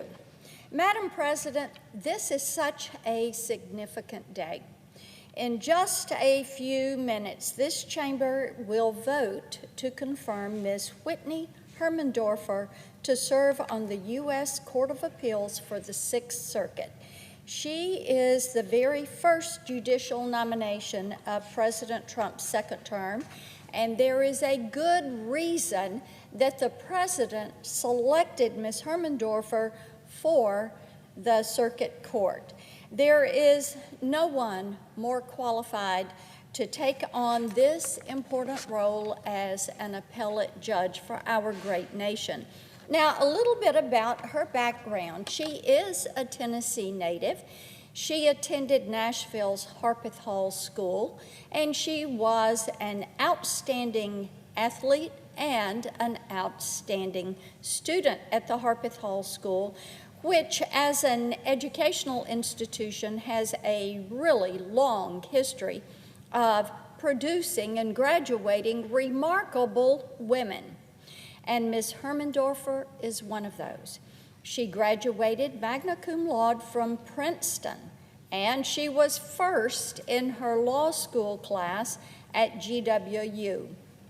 And it will not surprise my colleagues to learn that Ms. Hermendorfer's career has been a stellar career. After graduating from law school, she was an associate at Williams & Connolly, where her practice focused on appellate litigation and regulatory and administrative law.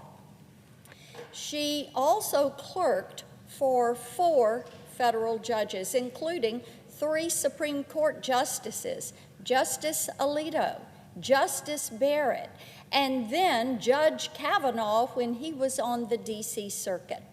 Since 2003, she has served as director of the Strategic Litigation Unit in the Office of Tennessee Attorney General Jonathan Skrmetti. In that role, she has not only been an aggressive attorney, she has led a team of talented attorneys in the AG's office fighting to protect the constitutional rights of Tennesseans. There is no doubt that she will serve our nation admirably on the Sixth Circuit. She will be a tireless advocate for our Constitution. She will show respect for the rule of law. She will show respect for the Constitution as it is written. She will not be a judge who will try to rewrite it. She is eminently qualified to serve, and I urge all my colleagues to vote to confirm her nomination. I yield the floor and note the absence of a quorum. The clerk will call the roll. Ms. Alsobrooks.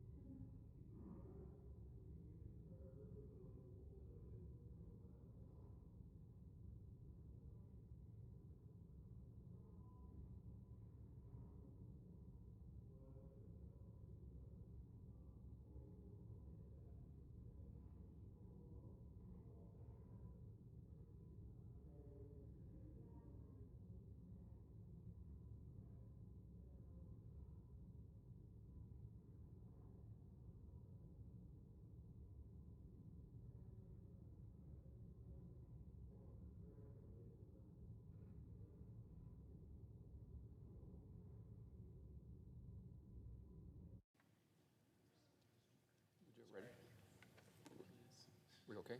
No, we're going to wait a second.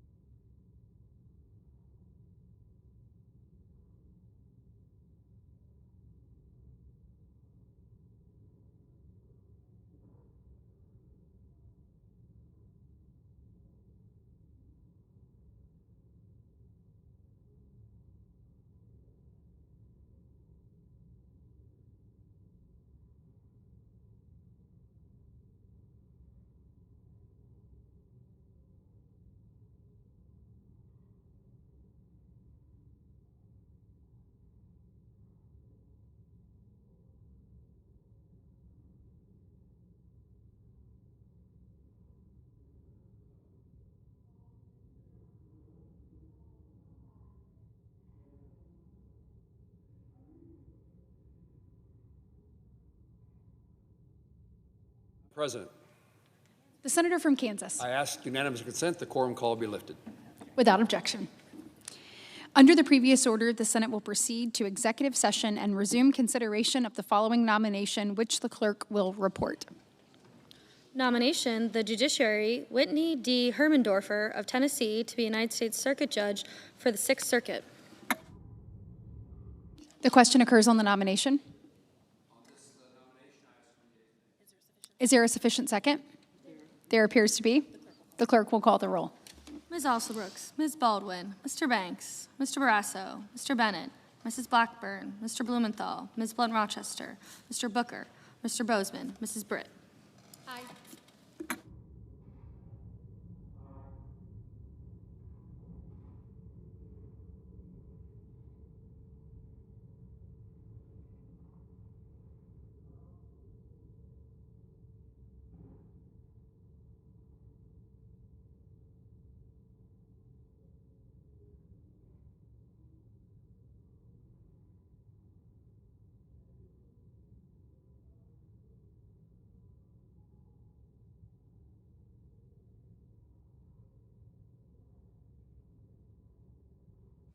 Mr. Budd, Ms. Cantwell, Mrs. Capito, Mr. Cassidy, Ms. Collins.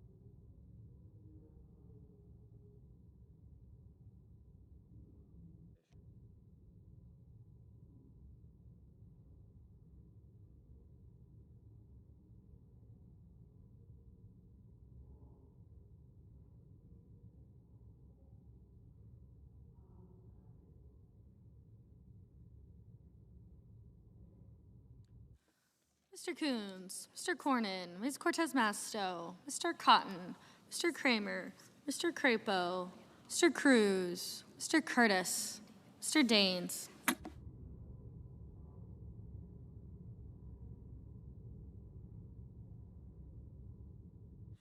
Ms. Duckworth, Mr. Durbin, Ms. Ernst, Mr. Fetterman, Mrs. Fisher, Mr. Gallego, Mrs. Gillibrand, Mr. Graham, Mr. Grassley, Mr. Haggerty, Ms. Hassan, Mr. Hawley, Mr. Heinrich, Mr. Hickenlooper, Ms. Hirono, Mr. Hoven, Mr. Husted, Mrs. Hyde-Smith, Mr. Johnson, Mr. Justice, Mr. Kane, Mr. Kelly, Mr. Kennedy.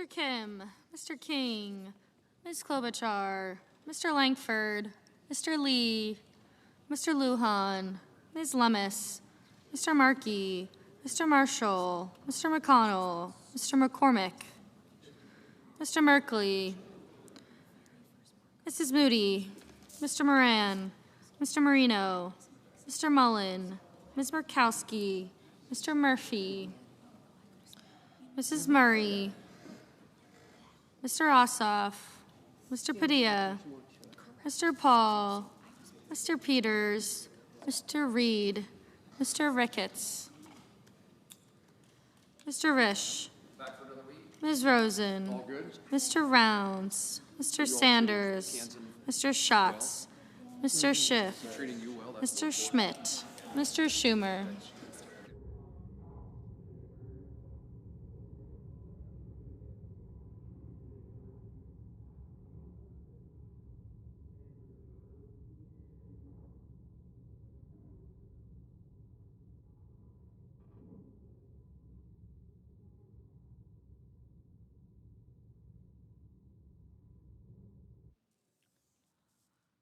Mr. Scott of Florida, Mr. Scott of South Carolina, Mrs. Shaheen, Mr. Sheehy, Ms. Slotkin, Ms. Smith, Mr. Sullivan, Mr. Thune, Mr. Tillis, Mr. Tuberville, Mr. Van Hollen,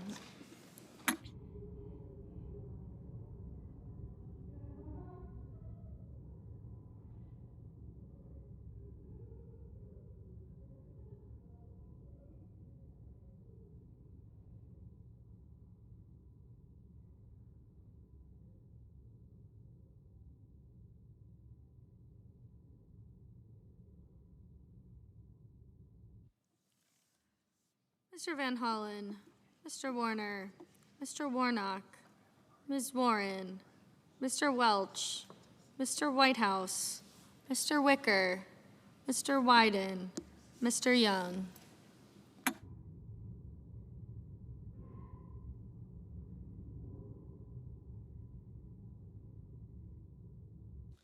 Senators voting in the affirmative: Britt, Collins, Fisher, Marshall, Moody, Moran, Tillis, and Young. Senators voting in the negative: Kim, Reed, and Van Hollen.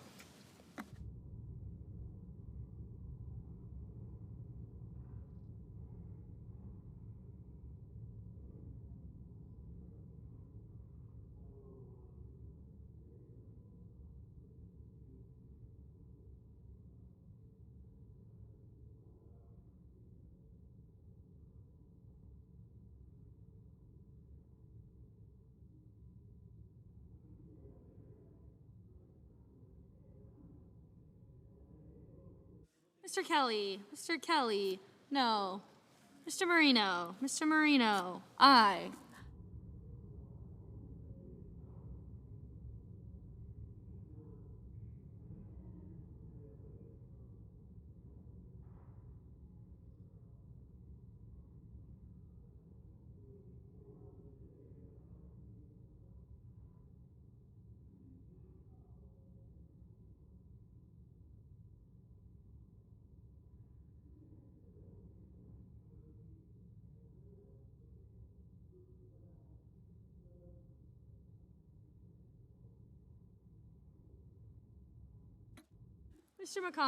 Mr. McConnell, aye.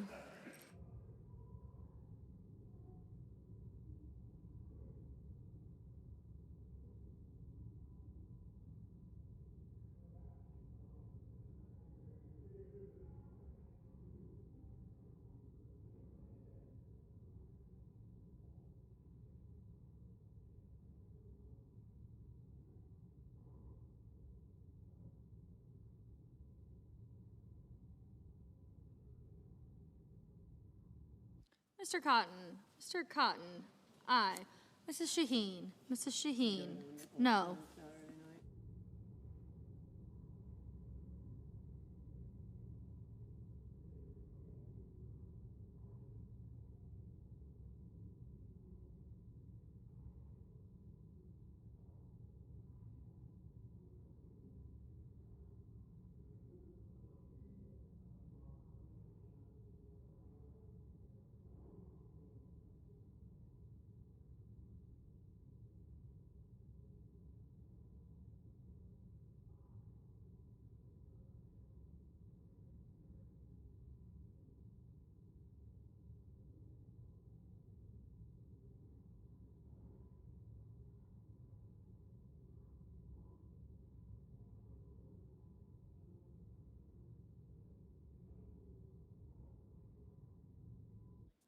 Mrs. Capito. Mrs. Capito, aye.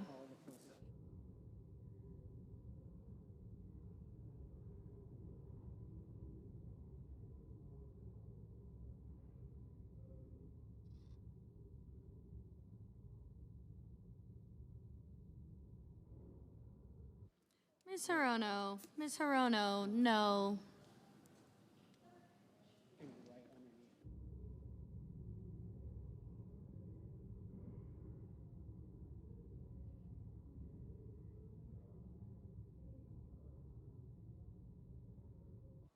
Mr. Grassley. Mr. Grassley, aye.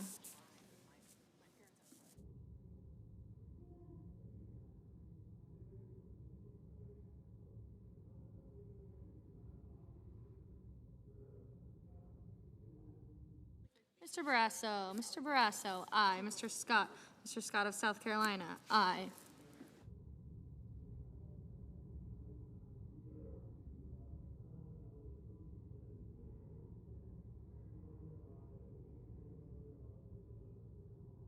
Mr. Langford. Mr. Langford, aye. Mr. Bozeman. Mr. Bozeman, aye.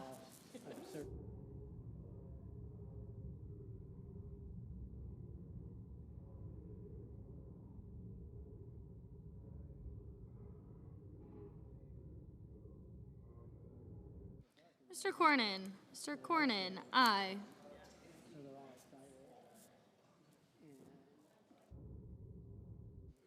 Mr. Daines. Mr. Daines, aye.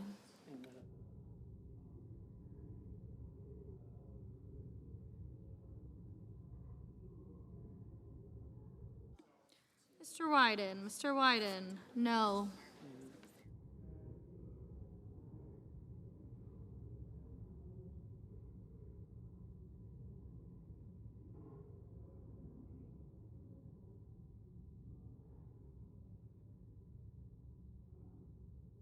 Mr. Cassidy. Mr. Cassidy, aye.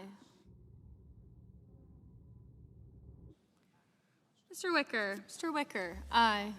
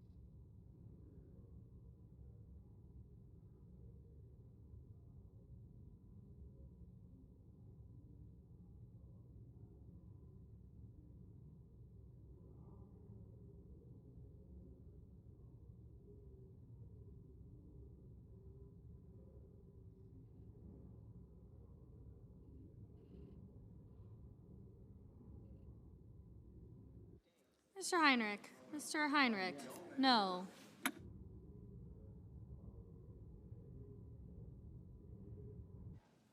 Mr. Merkley. Mr. Merkley, no. Mr. Hickenlooper. Mr. Hickenlooper, no.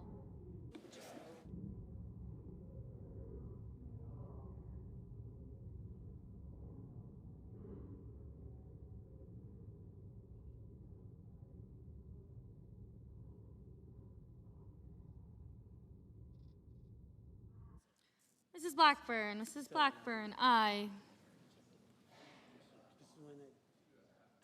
Ms. Hassan. Ms. Hassan, no.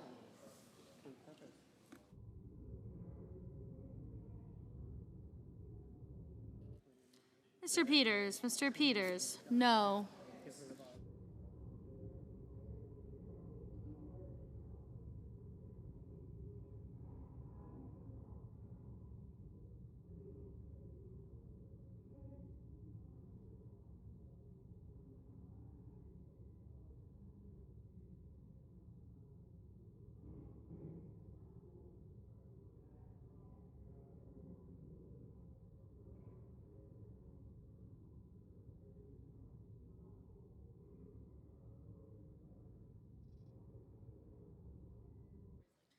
Mr. Warner. Mr. Warner, no.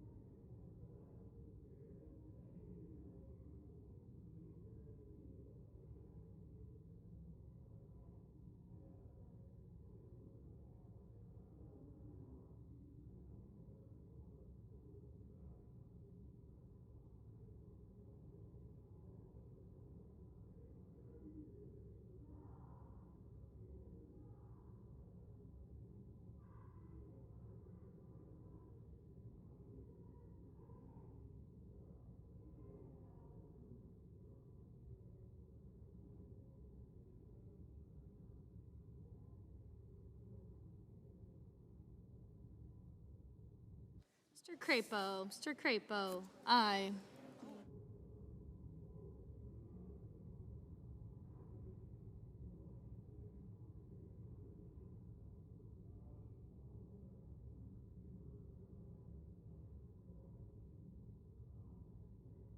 Ms. Blunt Rochester, Ms. Blunt Rochester, no.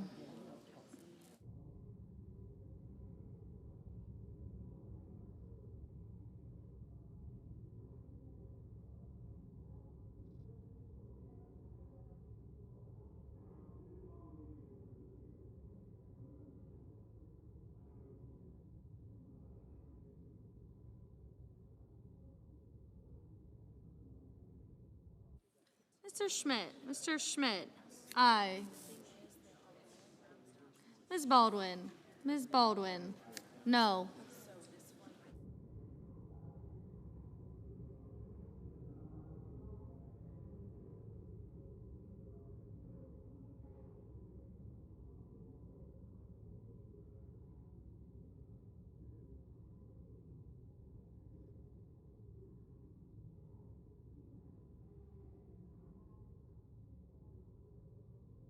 Mr. Booker, no.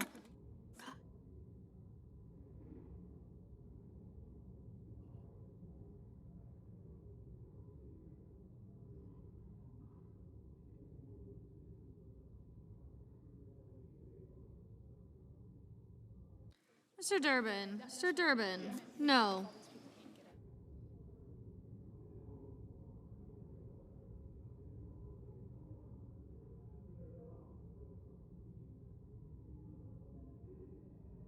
Mr. Padilla, no.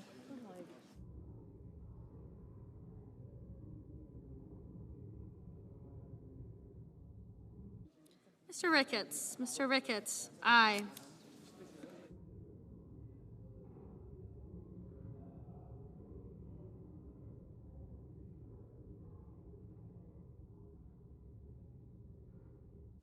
Ms.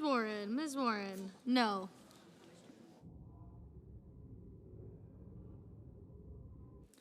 Ms. Alsobrooks, no.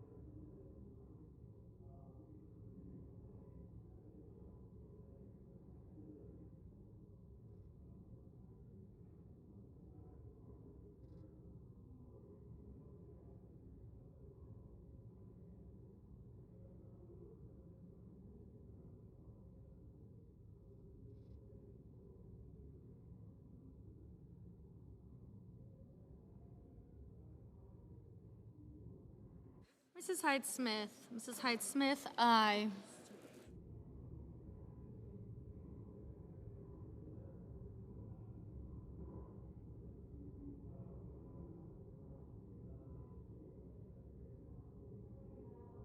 Mrs. Gillibrand, no.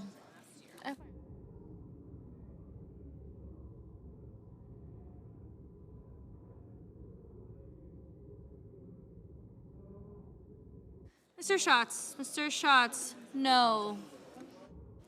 Mr. Sheehy, aye. Mr. Murphy, no.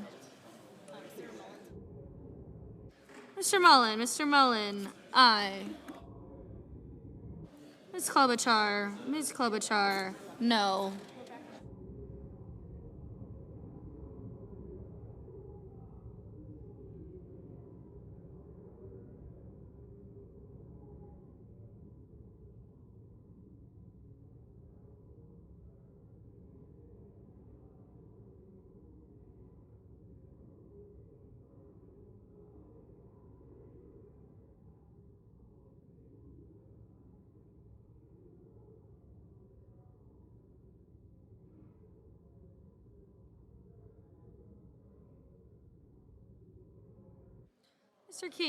Mr. King, no.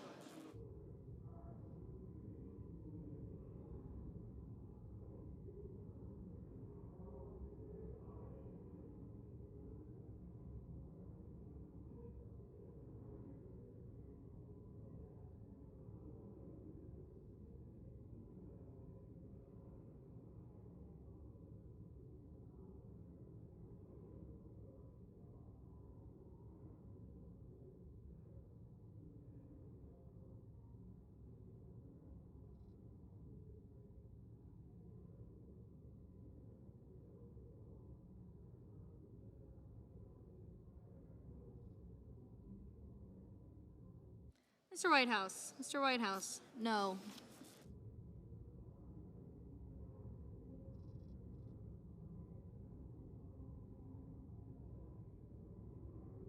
Ms. Duckworth, no.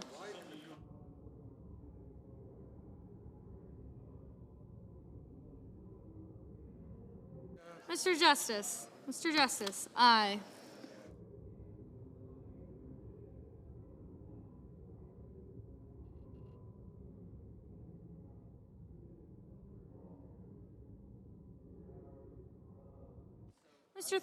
Mr. Thune, aye.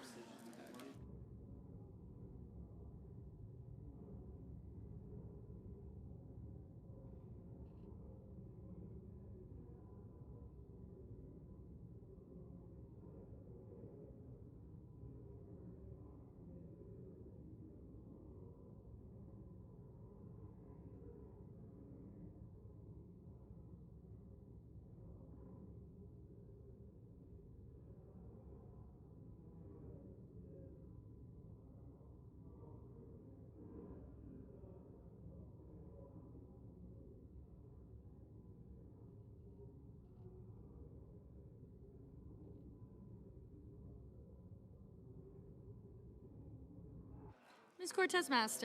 Cortez Masto, no.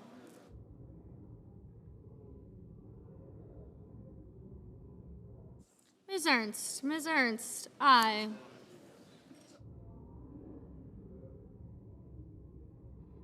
Mr. Warnock, no.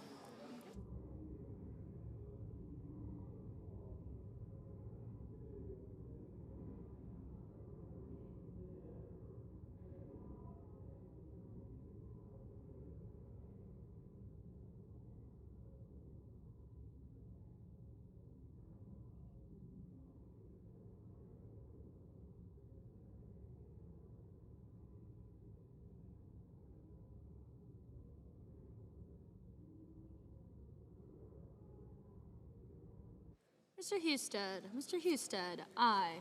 Mr. Johnson, aye.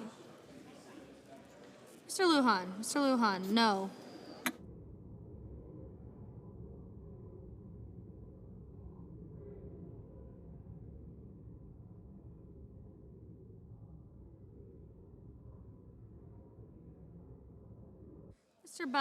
Mr. Budd, aye.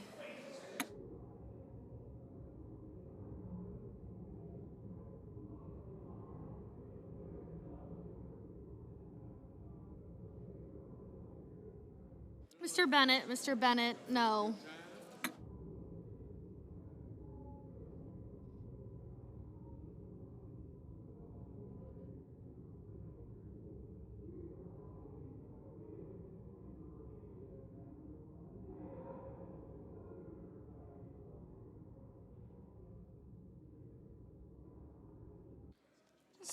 Mr. Scott of Florida, aye. Ms. Smith, no. Mr. Ossoff, Mr. Ossoff, no.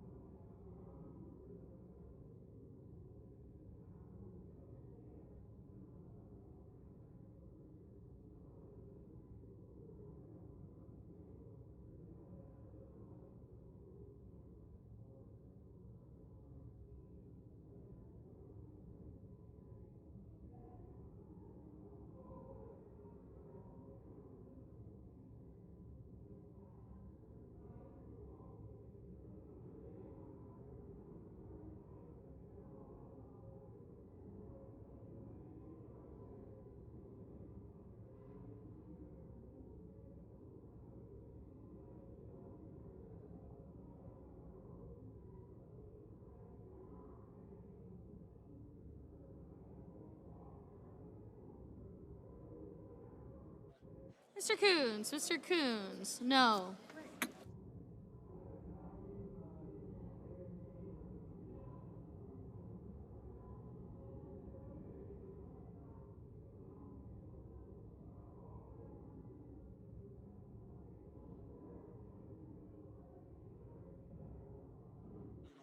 Mr. Kennedy, aye.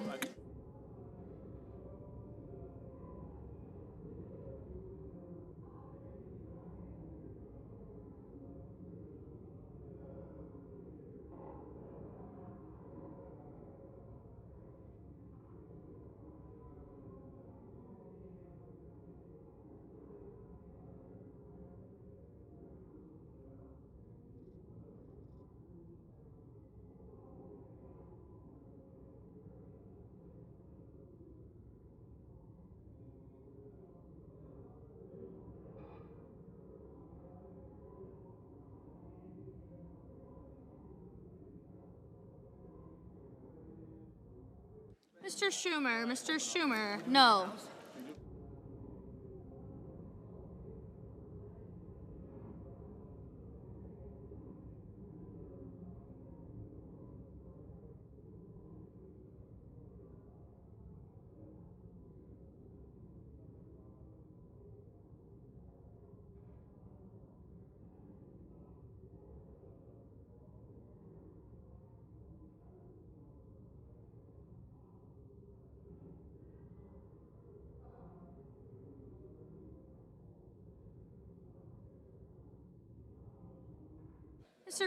Mr. Graham, aye. Mr. Gallego, no. Mr. Schiff, no.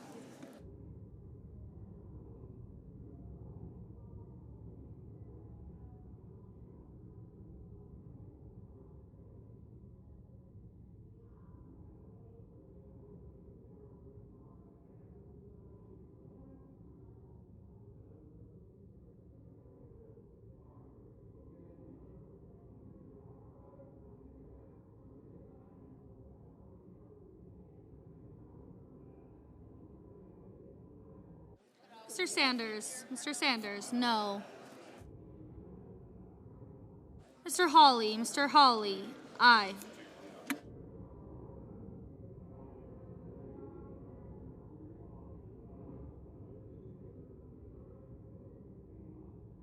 Mr. Blumenthal, no.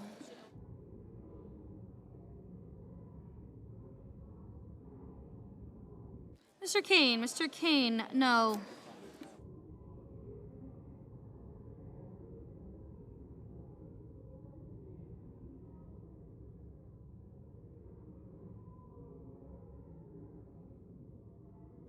Mr. Cruz. Mr. Cruz, aye.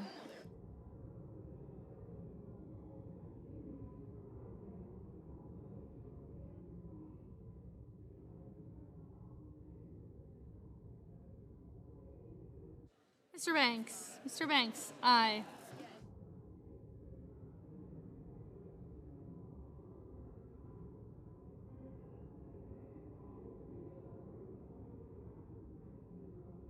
Mr. Kramer. Mr. Kramer, aye.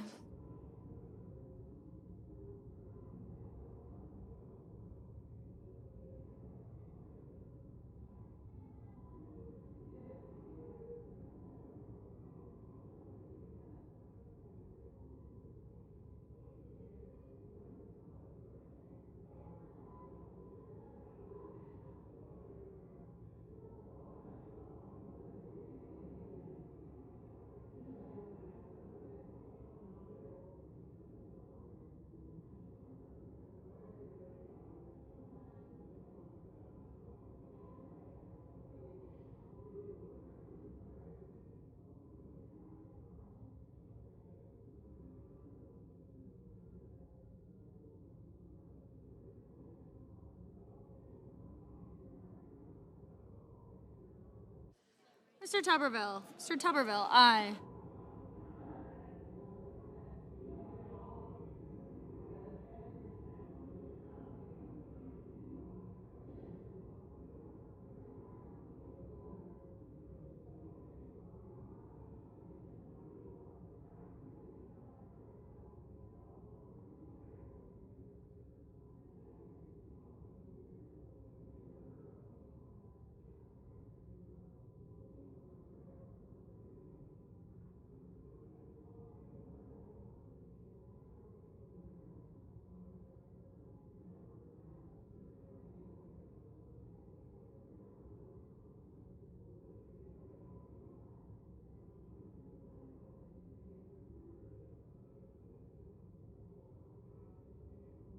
Mr. Haggerty. Mr. Haggerty, aye.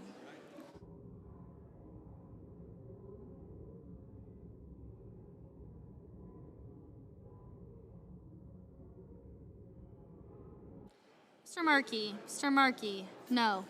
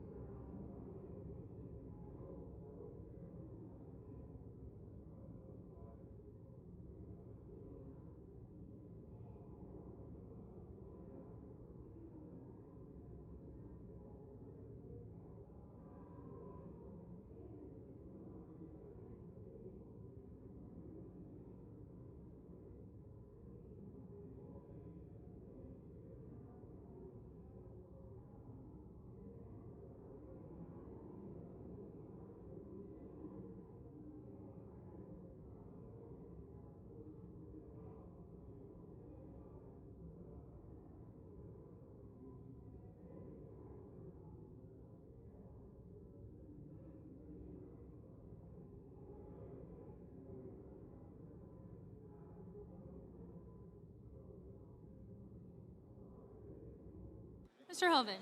Mr. Hoven, aye. Ms. Cantwell. Ms. Cantwell, no.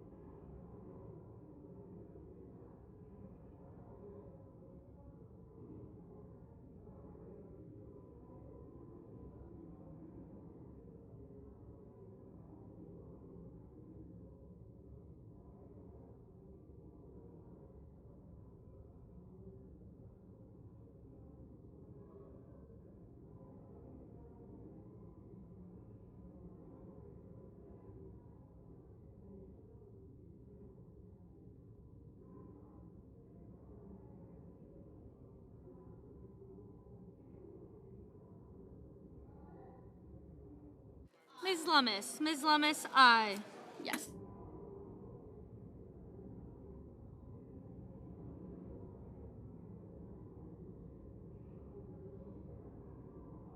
Mr. Risch, aye.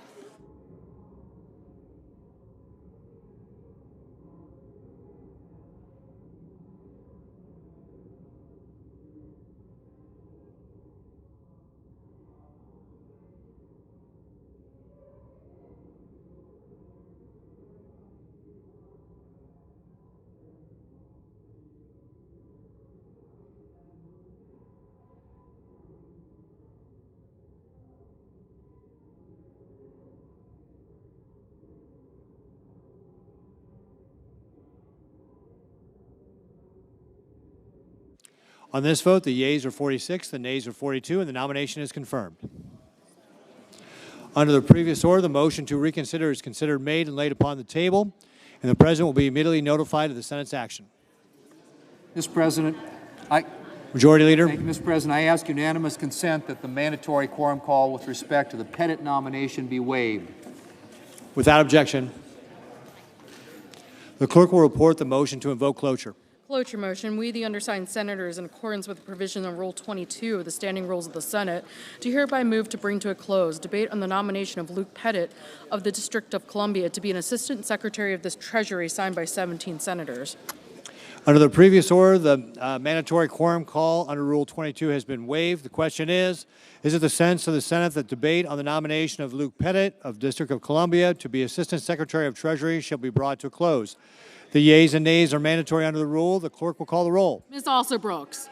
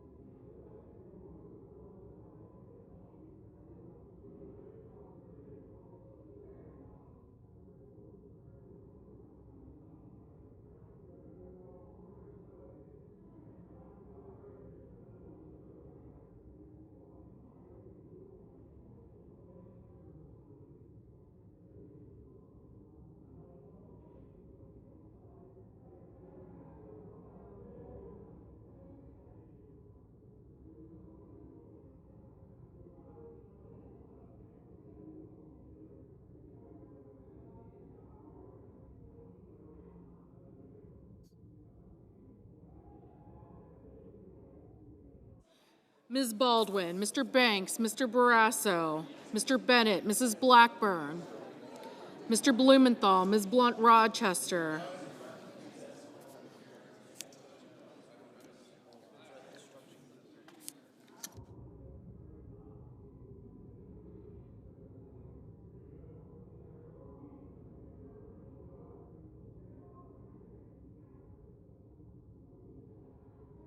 Mr. Booker, Mr. Bozeman, Mrs. Britt, Mr. Budd, Ms. Cantwell, Mrs. Capito, Mr. Cassidy, Ms. Collins, Mr. Coons, Mr. Cornyn, Ms. Cortez Masto, Mr. Cotton, Mr. Kramer, Mr. Crapo, Mr. Cruz, Mr. Curtis, Mr. Daines, Ms. Duckworth, Mr. Durbin,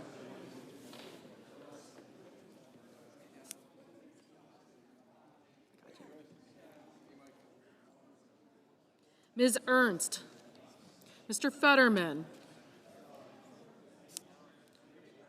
Mrs. Fisher, Mr. Gallego, Mrs. Gillibrand, Mr. Graham, Mr. Grassley, Mr. Haggerty, Ms. Hassan, Mr. Hawley, Mr. Heinrich, Mr. Hickenlooper, Ms. Arono, Mr. Hoven, Mr. Husted, Mrs. Hyde-Smith, Mr. Johnson, Mr. Justice, Mr. Kane, Mr. Kelly, Mr. Kennedy, Mr. Kim, Mr. King, Ms. Klobuchar,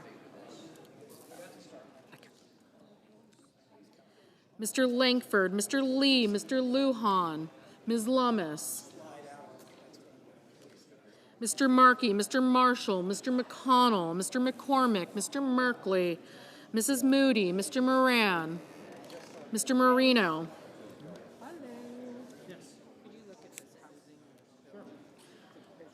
Mr. Mullen, Ms. Murkowski, Mr. Murphy, Mrs. Murray, Mr. Ossoff, Mr. Padilla, Mr. Paul, Mr. Peters, Mr. Reed, Mr. Ricketts,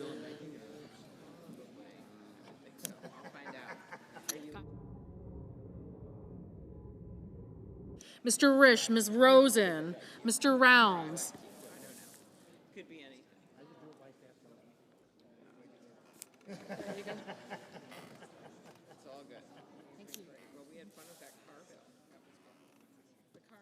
Mr. Sanders, Mr. Schatz, Mr. Schiff, Mr. Schmidt, Mr. Schumer, Mr. Scott of Florida, Mr. Scott of South Carolina, Mrs. Shaheen, Mr. Sheehy, Ms. Slotkin, Ms. Smith, Mr. Sullivan, Mr. Thune, Mr. Tillis, Mr. Tuberville, Mr. Van Hollen, Mr. Warner, Mr. Warnock, Ms. Warren, Mr. Welch, Mr. Whitehouse, Mr. Wicker, Mr. Wyden, Mr. Young.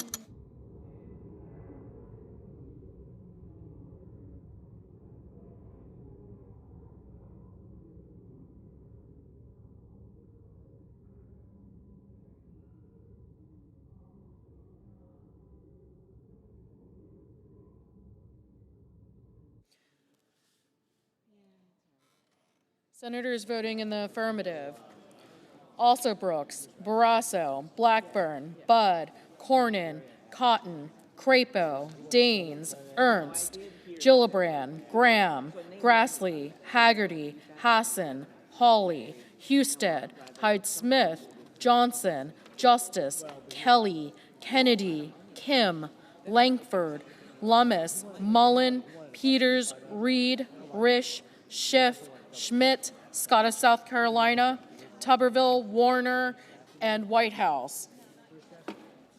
Senators voting in the negative: Baldwin, Bennett, Blumenthal, Blunt-Rochester, Booker, Cantwell, Coons, Cortez Masto, Duckworth, Gallego, Heinrich, Hickenlooper, Kane, King, Lujan, Markey, Merkley, Padilla, Sanders, Smith, Warren, and Wyden. Mr. Sheehy, aye.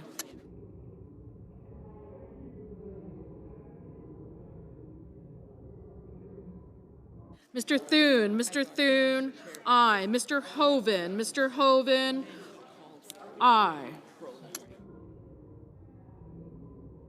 Mr. Kramer, aye.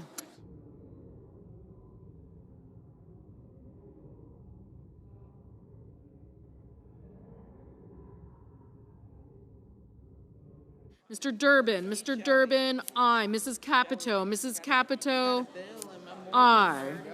Mrs. Moody, aye.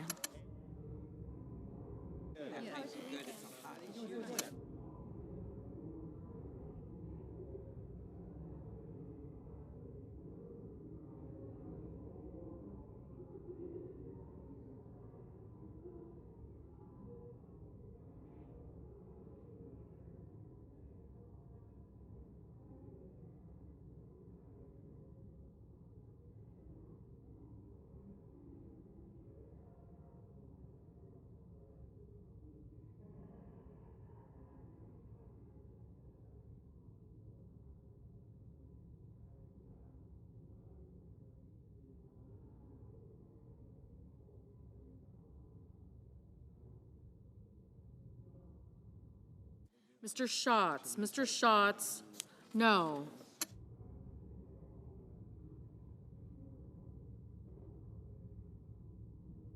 Mr. Van Hollen, no.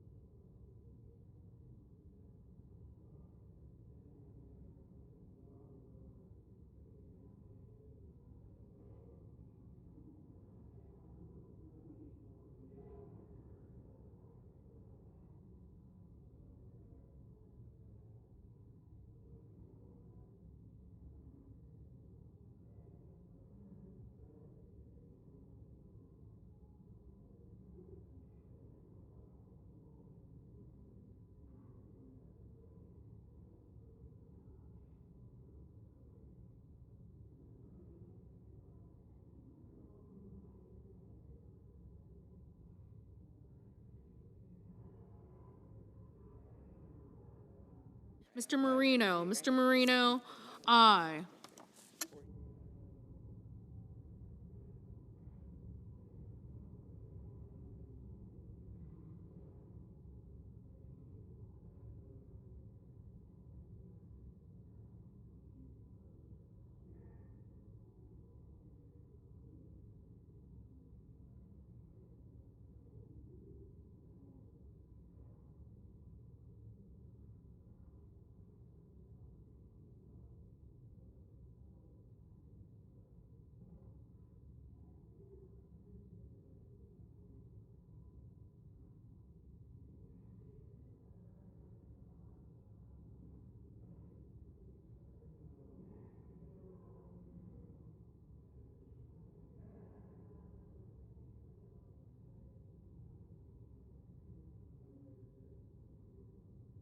Mrs. Shaheen, aye.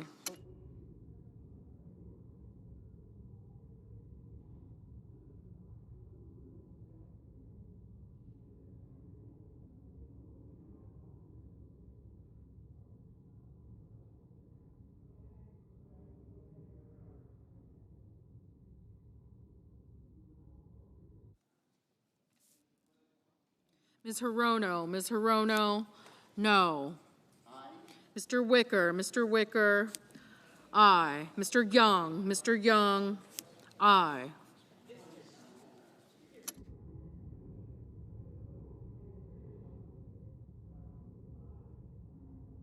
Mr. Ricketts, aye. Thank you for reminding me.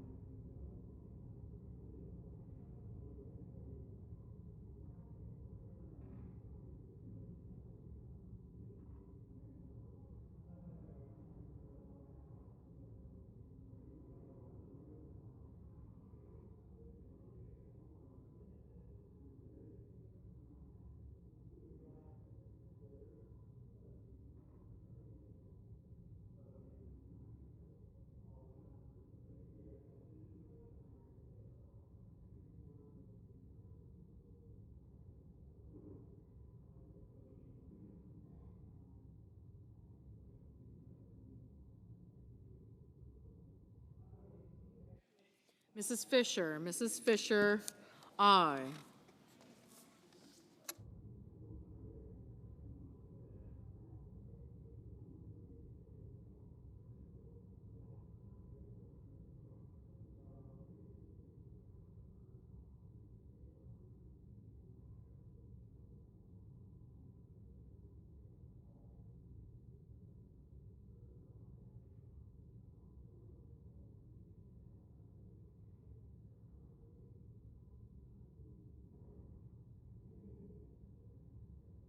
Mr. McConnell, aye. Mr. Murphy, no.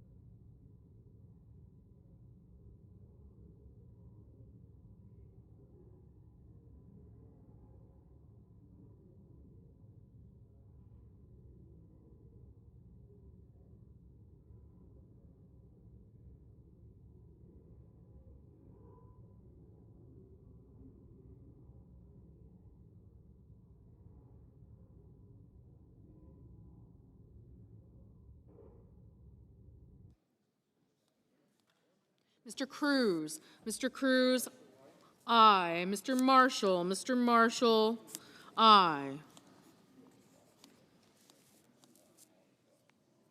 Mr. Cassidy, aye.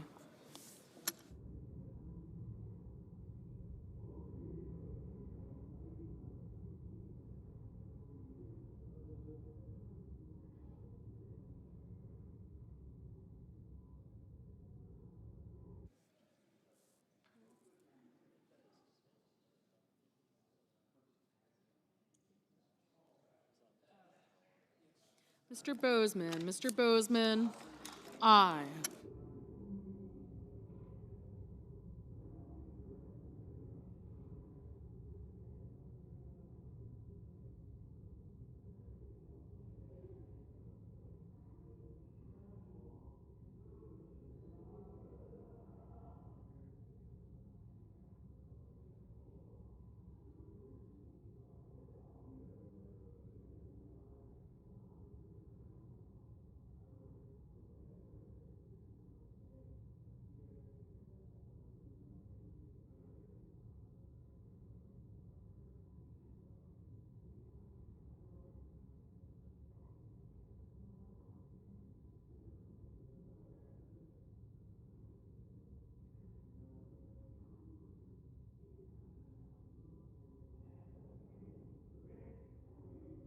Mr.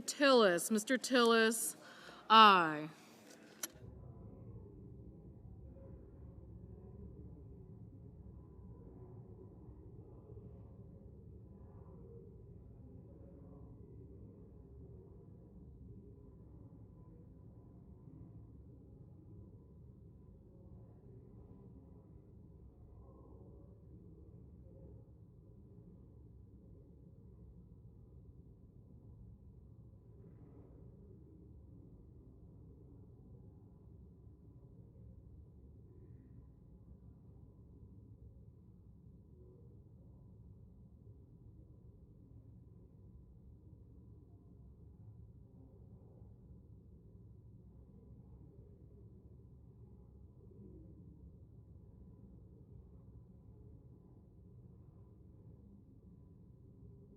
Ms. Collins, aye.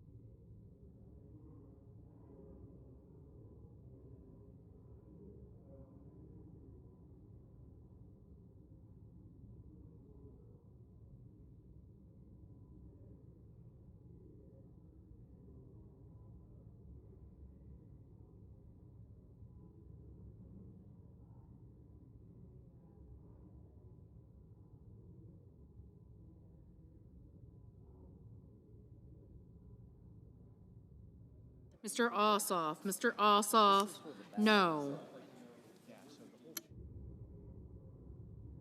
Mr. Scott of Florida, aye.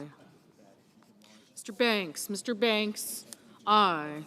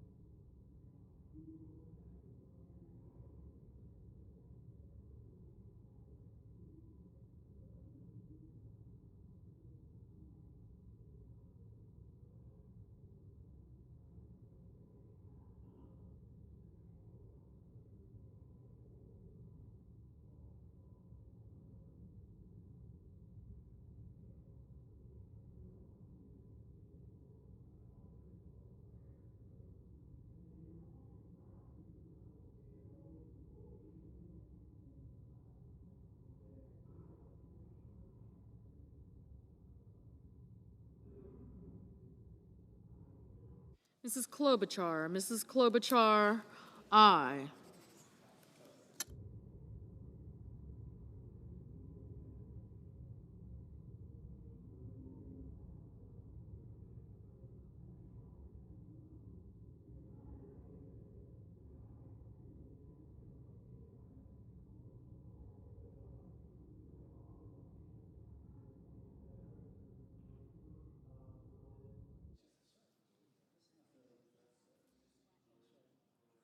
Mr. Moran.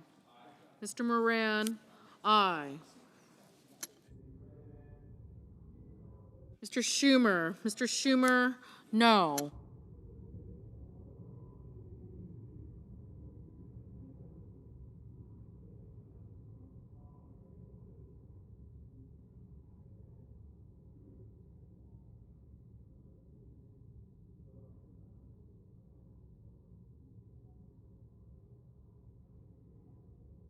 Mr. Warnock. Mr. Warnock, aye.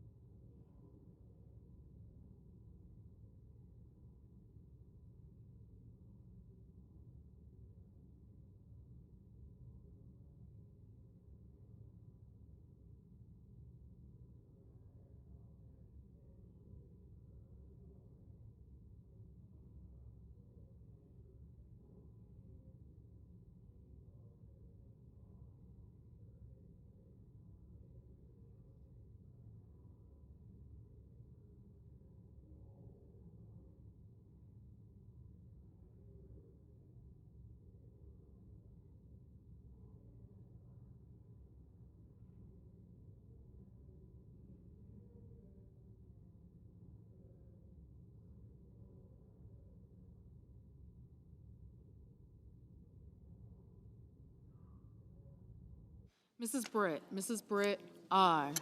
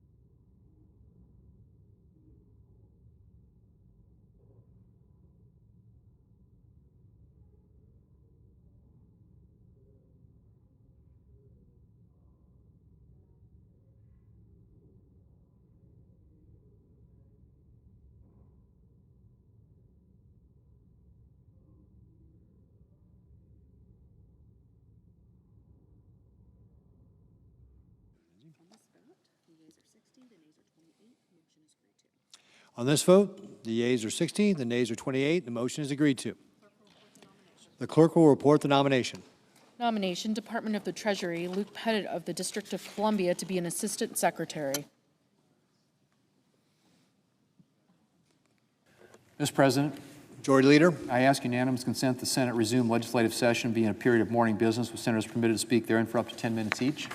Without objection. I ask unanimous consent that the Senate proceed to the immediate consideration of calendar number 89, S433.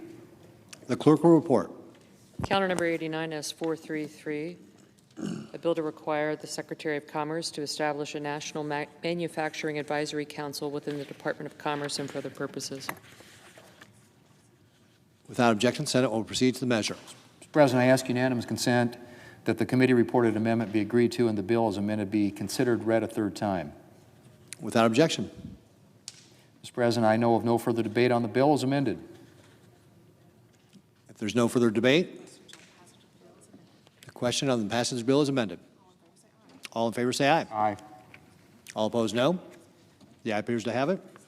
The ayes do have it. The bill as amended is passed. Mr. President, I ask unanimous consent that the motion to reconsider be considered made and laid upon the table.